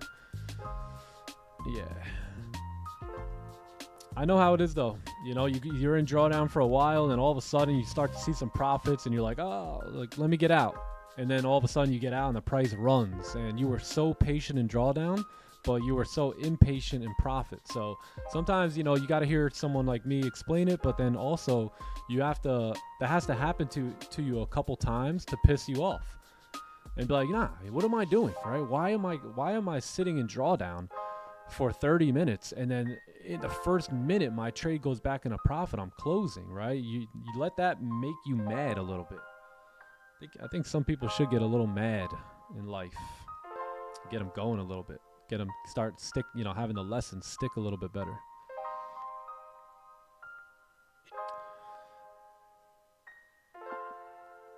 Trading's a battle. That's right, bro. That's right. It is. Friday's trade, was a bit of an impulse trade.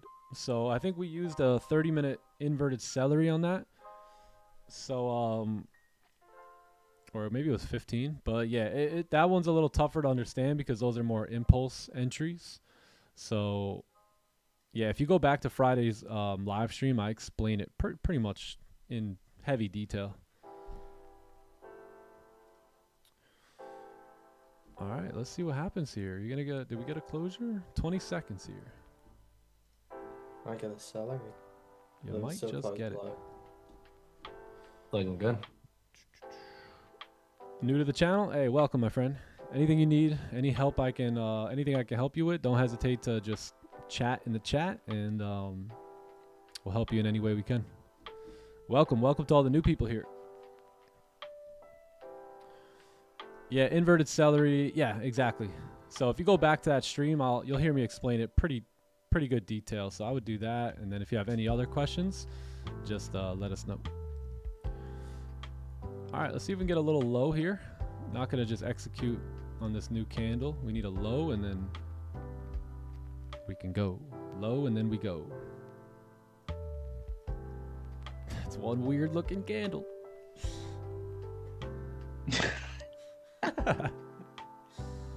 I tell you, that's one weird looking candle. Man. Celery without a top wick. I don't think I've seen one of them before. Yeah. Yeah, I'm gonna call it. I feel like this is basically valid on the 1 hour and 1 hour only, unless we get like a low here.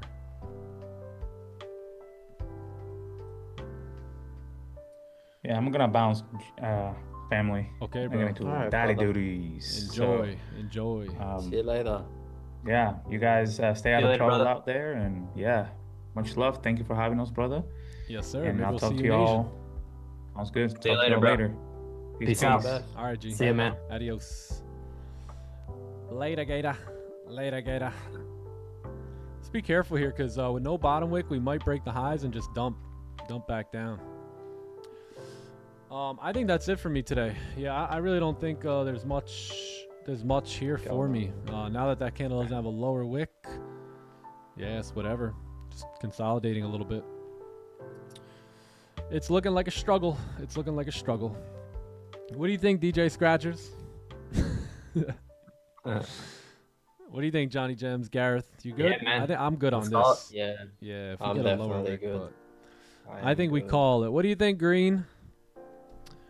Maybe in an hour or so. Yeah, maybe on the next 1 hour candle or something like that. But yeah, I mean, this one isn't too bad. It's just the funniness on the 15 here. No top wick. This no kind of bottom looks wick. like it's gonna. It kind of looks like it might be the range now for the rest of the night. Yep. Yeah, let's call it, man. I'm gonna hit the Technically, gym. this is chop, you know, and so is that. So yeah, we out of here. We out of here. I'll let you guys know in the Discord if I'm looking at anything later, but likely not going to, especially on this Monday. So yeah, that's it, man. That's it. I say we call it, and we'll come back in Asian session or tomorrow. If you guys aren't in the clubhouse and you want to join us for Asian session, pull up. We'll be live tonight at 8 a.m. or 8 p.m. Eastern. And my IG, for those of you guys that were asking, is right here. So you guys can follow me on Instagram and follow along with what I'm doing there. I'll always make like little announcements and stuff on what's going on. But yeah, that's pretty much it. Yeah, no bottom wick, no entry for me. I will return tomorrow, God willing. So I'll see you guys tomorrow, and Clubhouse, I'll see you in Asian. I hope you guys have a wonderful morning, afternoon, evening, and we'll return mañana. Okay? Peace, chat. Peace, Peace man. out, John. All right, John. God bless y'all. All right, thank you, Nick. Peace out, Garrett. Later, bro. Chat, I hope y'all have a wonderful, wonderful day, and I'll see you guys on the next one. All right? Later, G's. Have a great day. Blessings to you and your family, and we out of here. Peace. Adios, amigos. Later, guys. Way to stay patient. Way to be disciplined, and I'll see you guys. Hey, yeah, let's go. Local legend, but the whip I got is foreign. Extraordinary, yeah, I feel like Alex Warren does. Please will not be calling me if it is not important. If I don't see no dollar signs there, then I'm ignoring them. Got a couple kids nowadays that I'm supporting. Turning down 100,000, I wasn't bored enough. Yeah, I wasn't bored enough. I'd rather stay at home, just the four of us. Knock, knock, knock, say hello to opportunity. Show them everything that I be doing, think it's doing me. Check, check, check, everything I do is to a T. And only other corner hitting hardest in the UFC. Oh, Irish in my blood and all that money keep on doubling. I ain't tried to ball cause I ain't really one for fumbling. Made a couple M's, went gold, now I'm loving it. Drive through them all, can't stomach it. One time cause I had to prove it to myself. 2 times doing that for everybody else. 3 times just to put the trophy on the shelf. 4 times just because I couldn't, I ain't doing nothing else. Local legend, but the whip I got is foreign. Extraordinary, yeah, I feel like Alex Warren does. Please will not be calling me if it is not important. If I don't see no dollar signs there, then I'm ignoring them. Got a couple kids nowadays that I'm supporting. Turning down 100,000, I wasn't bored enough. Yeah, I wasn't bored enough. I'd rather stay at home, just now wait, second thought. Maybe take a trip down to Florida. Need a change of weather, Tennessee just wasn't warm enough. Son and everybody, they been eating out the formula. Everybody talking, but at least they ain't ignoring us. Ayy, reservations for 20 at Coast Show. Like that iceberg, I'm tipping a boatload. Got incredible friends, yeah, they frozen. Taking hits on the one like I'm Soto. Catalog multiples of double digits. Staring at the number like it's double vision. That's what happens when you trust the vision, but keep it humble for the juxtaposition. I changed my life overnight with a couple decisions. Stay working like there's somebody who's coming to get it. And don't get caught up in the talking in the public opinion. Yeah, I had different functions cause I'm functioning different. Ay, 1 time cause I had to prove it to myself. 2 times doing that for everybody else. 3 times just to put the trophy on the shelf. 4 times just because I couldn't, I ain't doing nothing else. Ay, local legend, but the whip I got is foreign. Extraordinary, yeah, I feel like Alex Warren does. Please will not be calling me if it is not important. If I don't see no dollar signs there, then I'm ignoring them. Got a couple kids nowadays that I'm supporting. Turning down 100,000, I wasn't bored enough. Yeah, I wasn't bored enough. I'd rather stay at home with the 4 of us.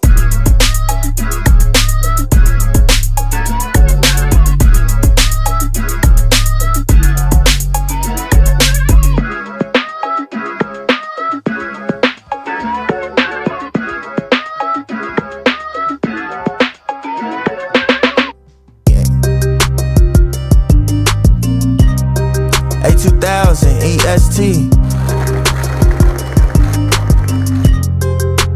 OCOEE. Yeah, hey, yeah, hey.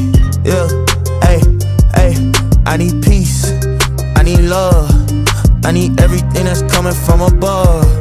I need peace, I need love, I need everything that's coming from above. I want my dog, ay. Birds of a feather, we gon' fly together. Ay, we gon' ride forever like it's heavy metal. I ain't Christopher Columbus, I would never settle. I ain't Lewis, I ain't Clark, I would never settle. God told me I'm Olympic, for real. Ay, seek the kingdom while you simping, for real. Why you talking, you should listen, for real. All this jaywalking got me limping, for real. Hey, jaywalking, hey, Jesus walking, hey, Jesus talking. Yo, big faith, yeah, I need a whole lot of that way, where I'm about to go like amigo. Can't see the vision and you can't be me amigos. I call up my girl and then we pull her to the Rego. That's the only time we pay to see you acting way different. Way different. Same book, but the page different. The page different. Is it cliche to say I'm lane switching? Well, I'm lane switching. Hold on, let me put my turner signal on, so they see me coming. They still can't see me coming. Only two things that I need is peace. I need love. I need everything that's coming from above. I need peace, I need love, I need everything that's coming from up. They like, how he, who he, what is this? Hey, my studio is wherever I sit. Hey, I plug in the microphone and then you hear that click.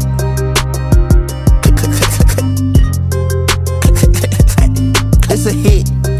Hey, way it hit him like, whoa, man. Hey, make him do the uh-oh, man. Hey, how you just came up with whoa, man? Flow electric, this is not a slow dance. Not a slow dance. We come together and we pray and hold hands. He give grace, so wherever grace lands. He paid the price, ain't have no escape plan. Yeah, no plan. Yeah, no plan. Actually, his plan was the plan, so he planned it. Ayy, set the bar high, he the code, so I scanned it. Ayy, we saving souls on the campus. Ayy, but this ain't no religion, we ain't following your antics. Ayy, thank you, Lord, I sit like a praying mantis. Enemy just tryna see me sink Titanic. Never out, but I'm outlanded. Even when I'm out, soon as I land. Back to the beach, back to the sand. Is back to the... Only two things that I need is peace. I need love, I need everything that's coming from above. I need peace, I need love, I need everything that's coming from above.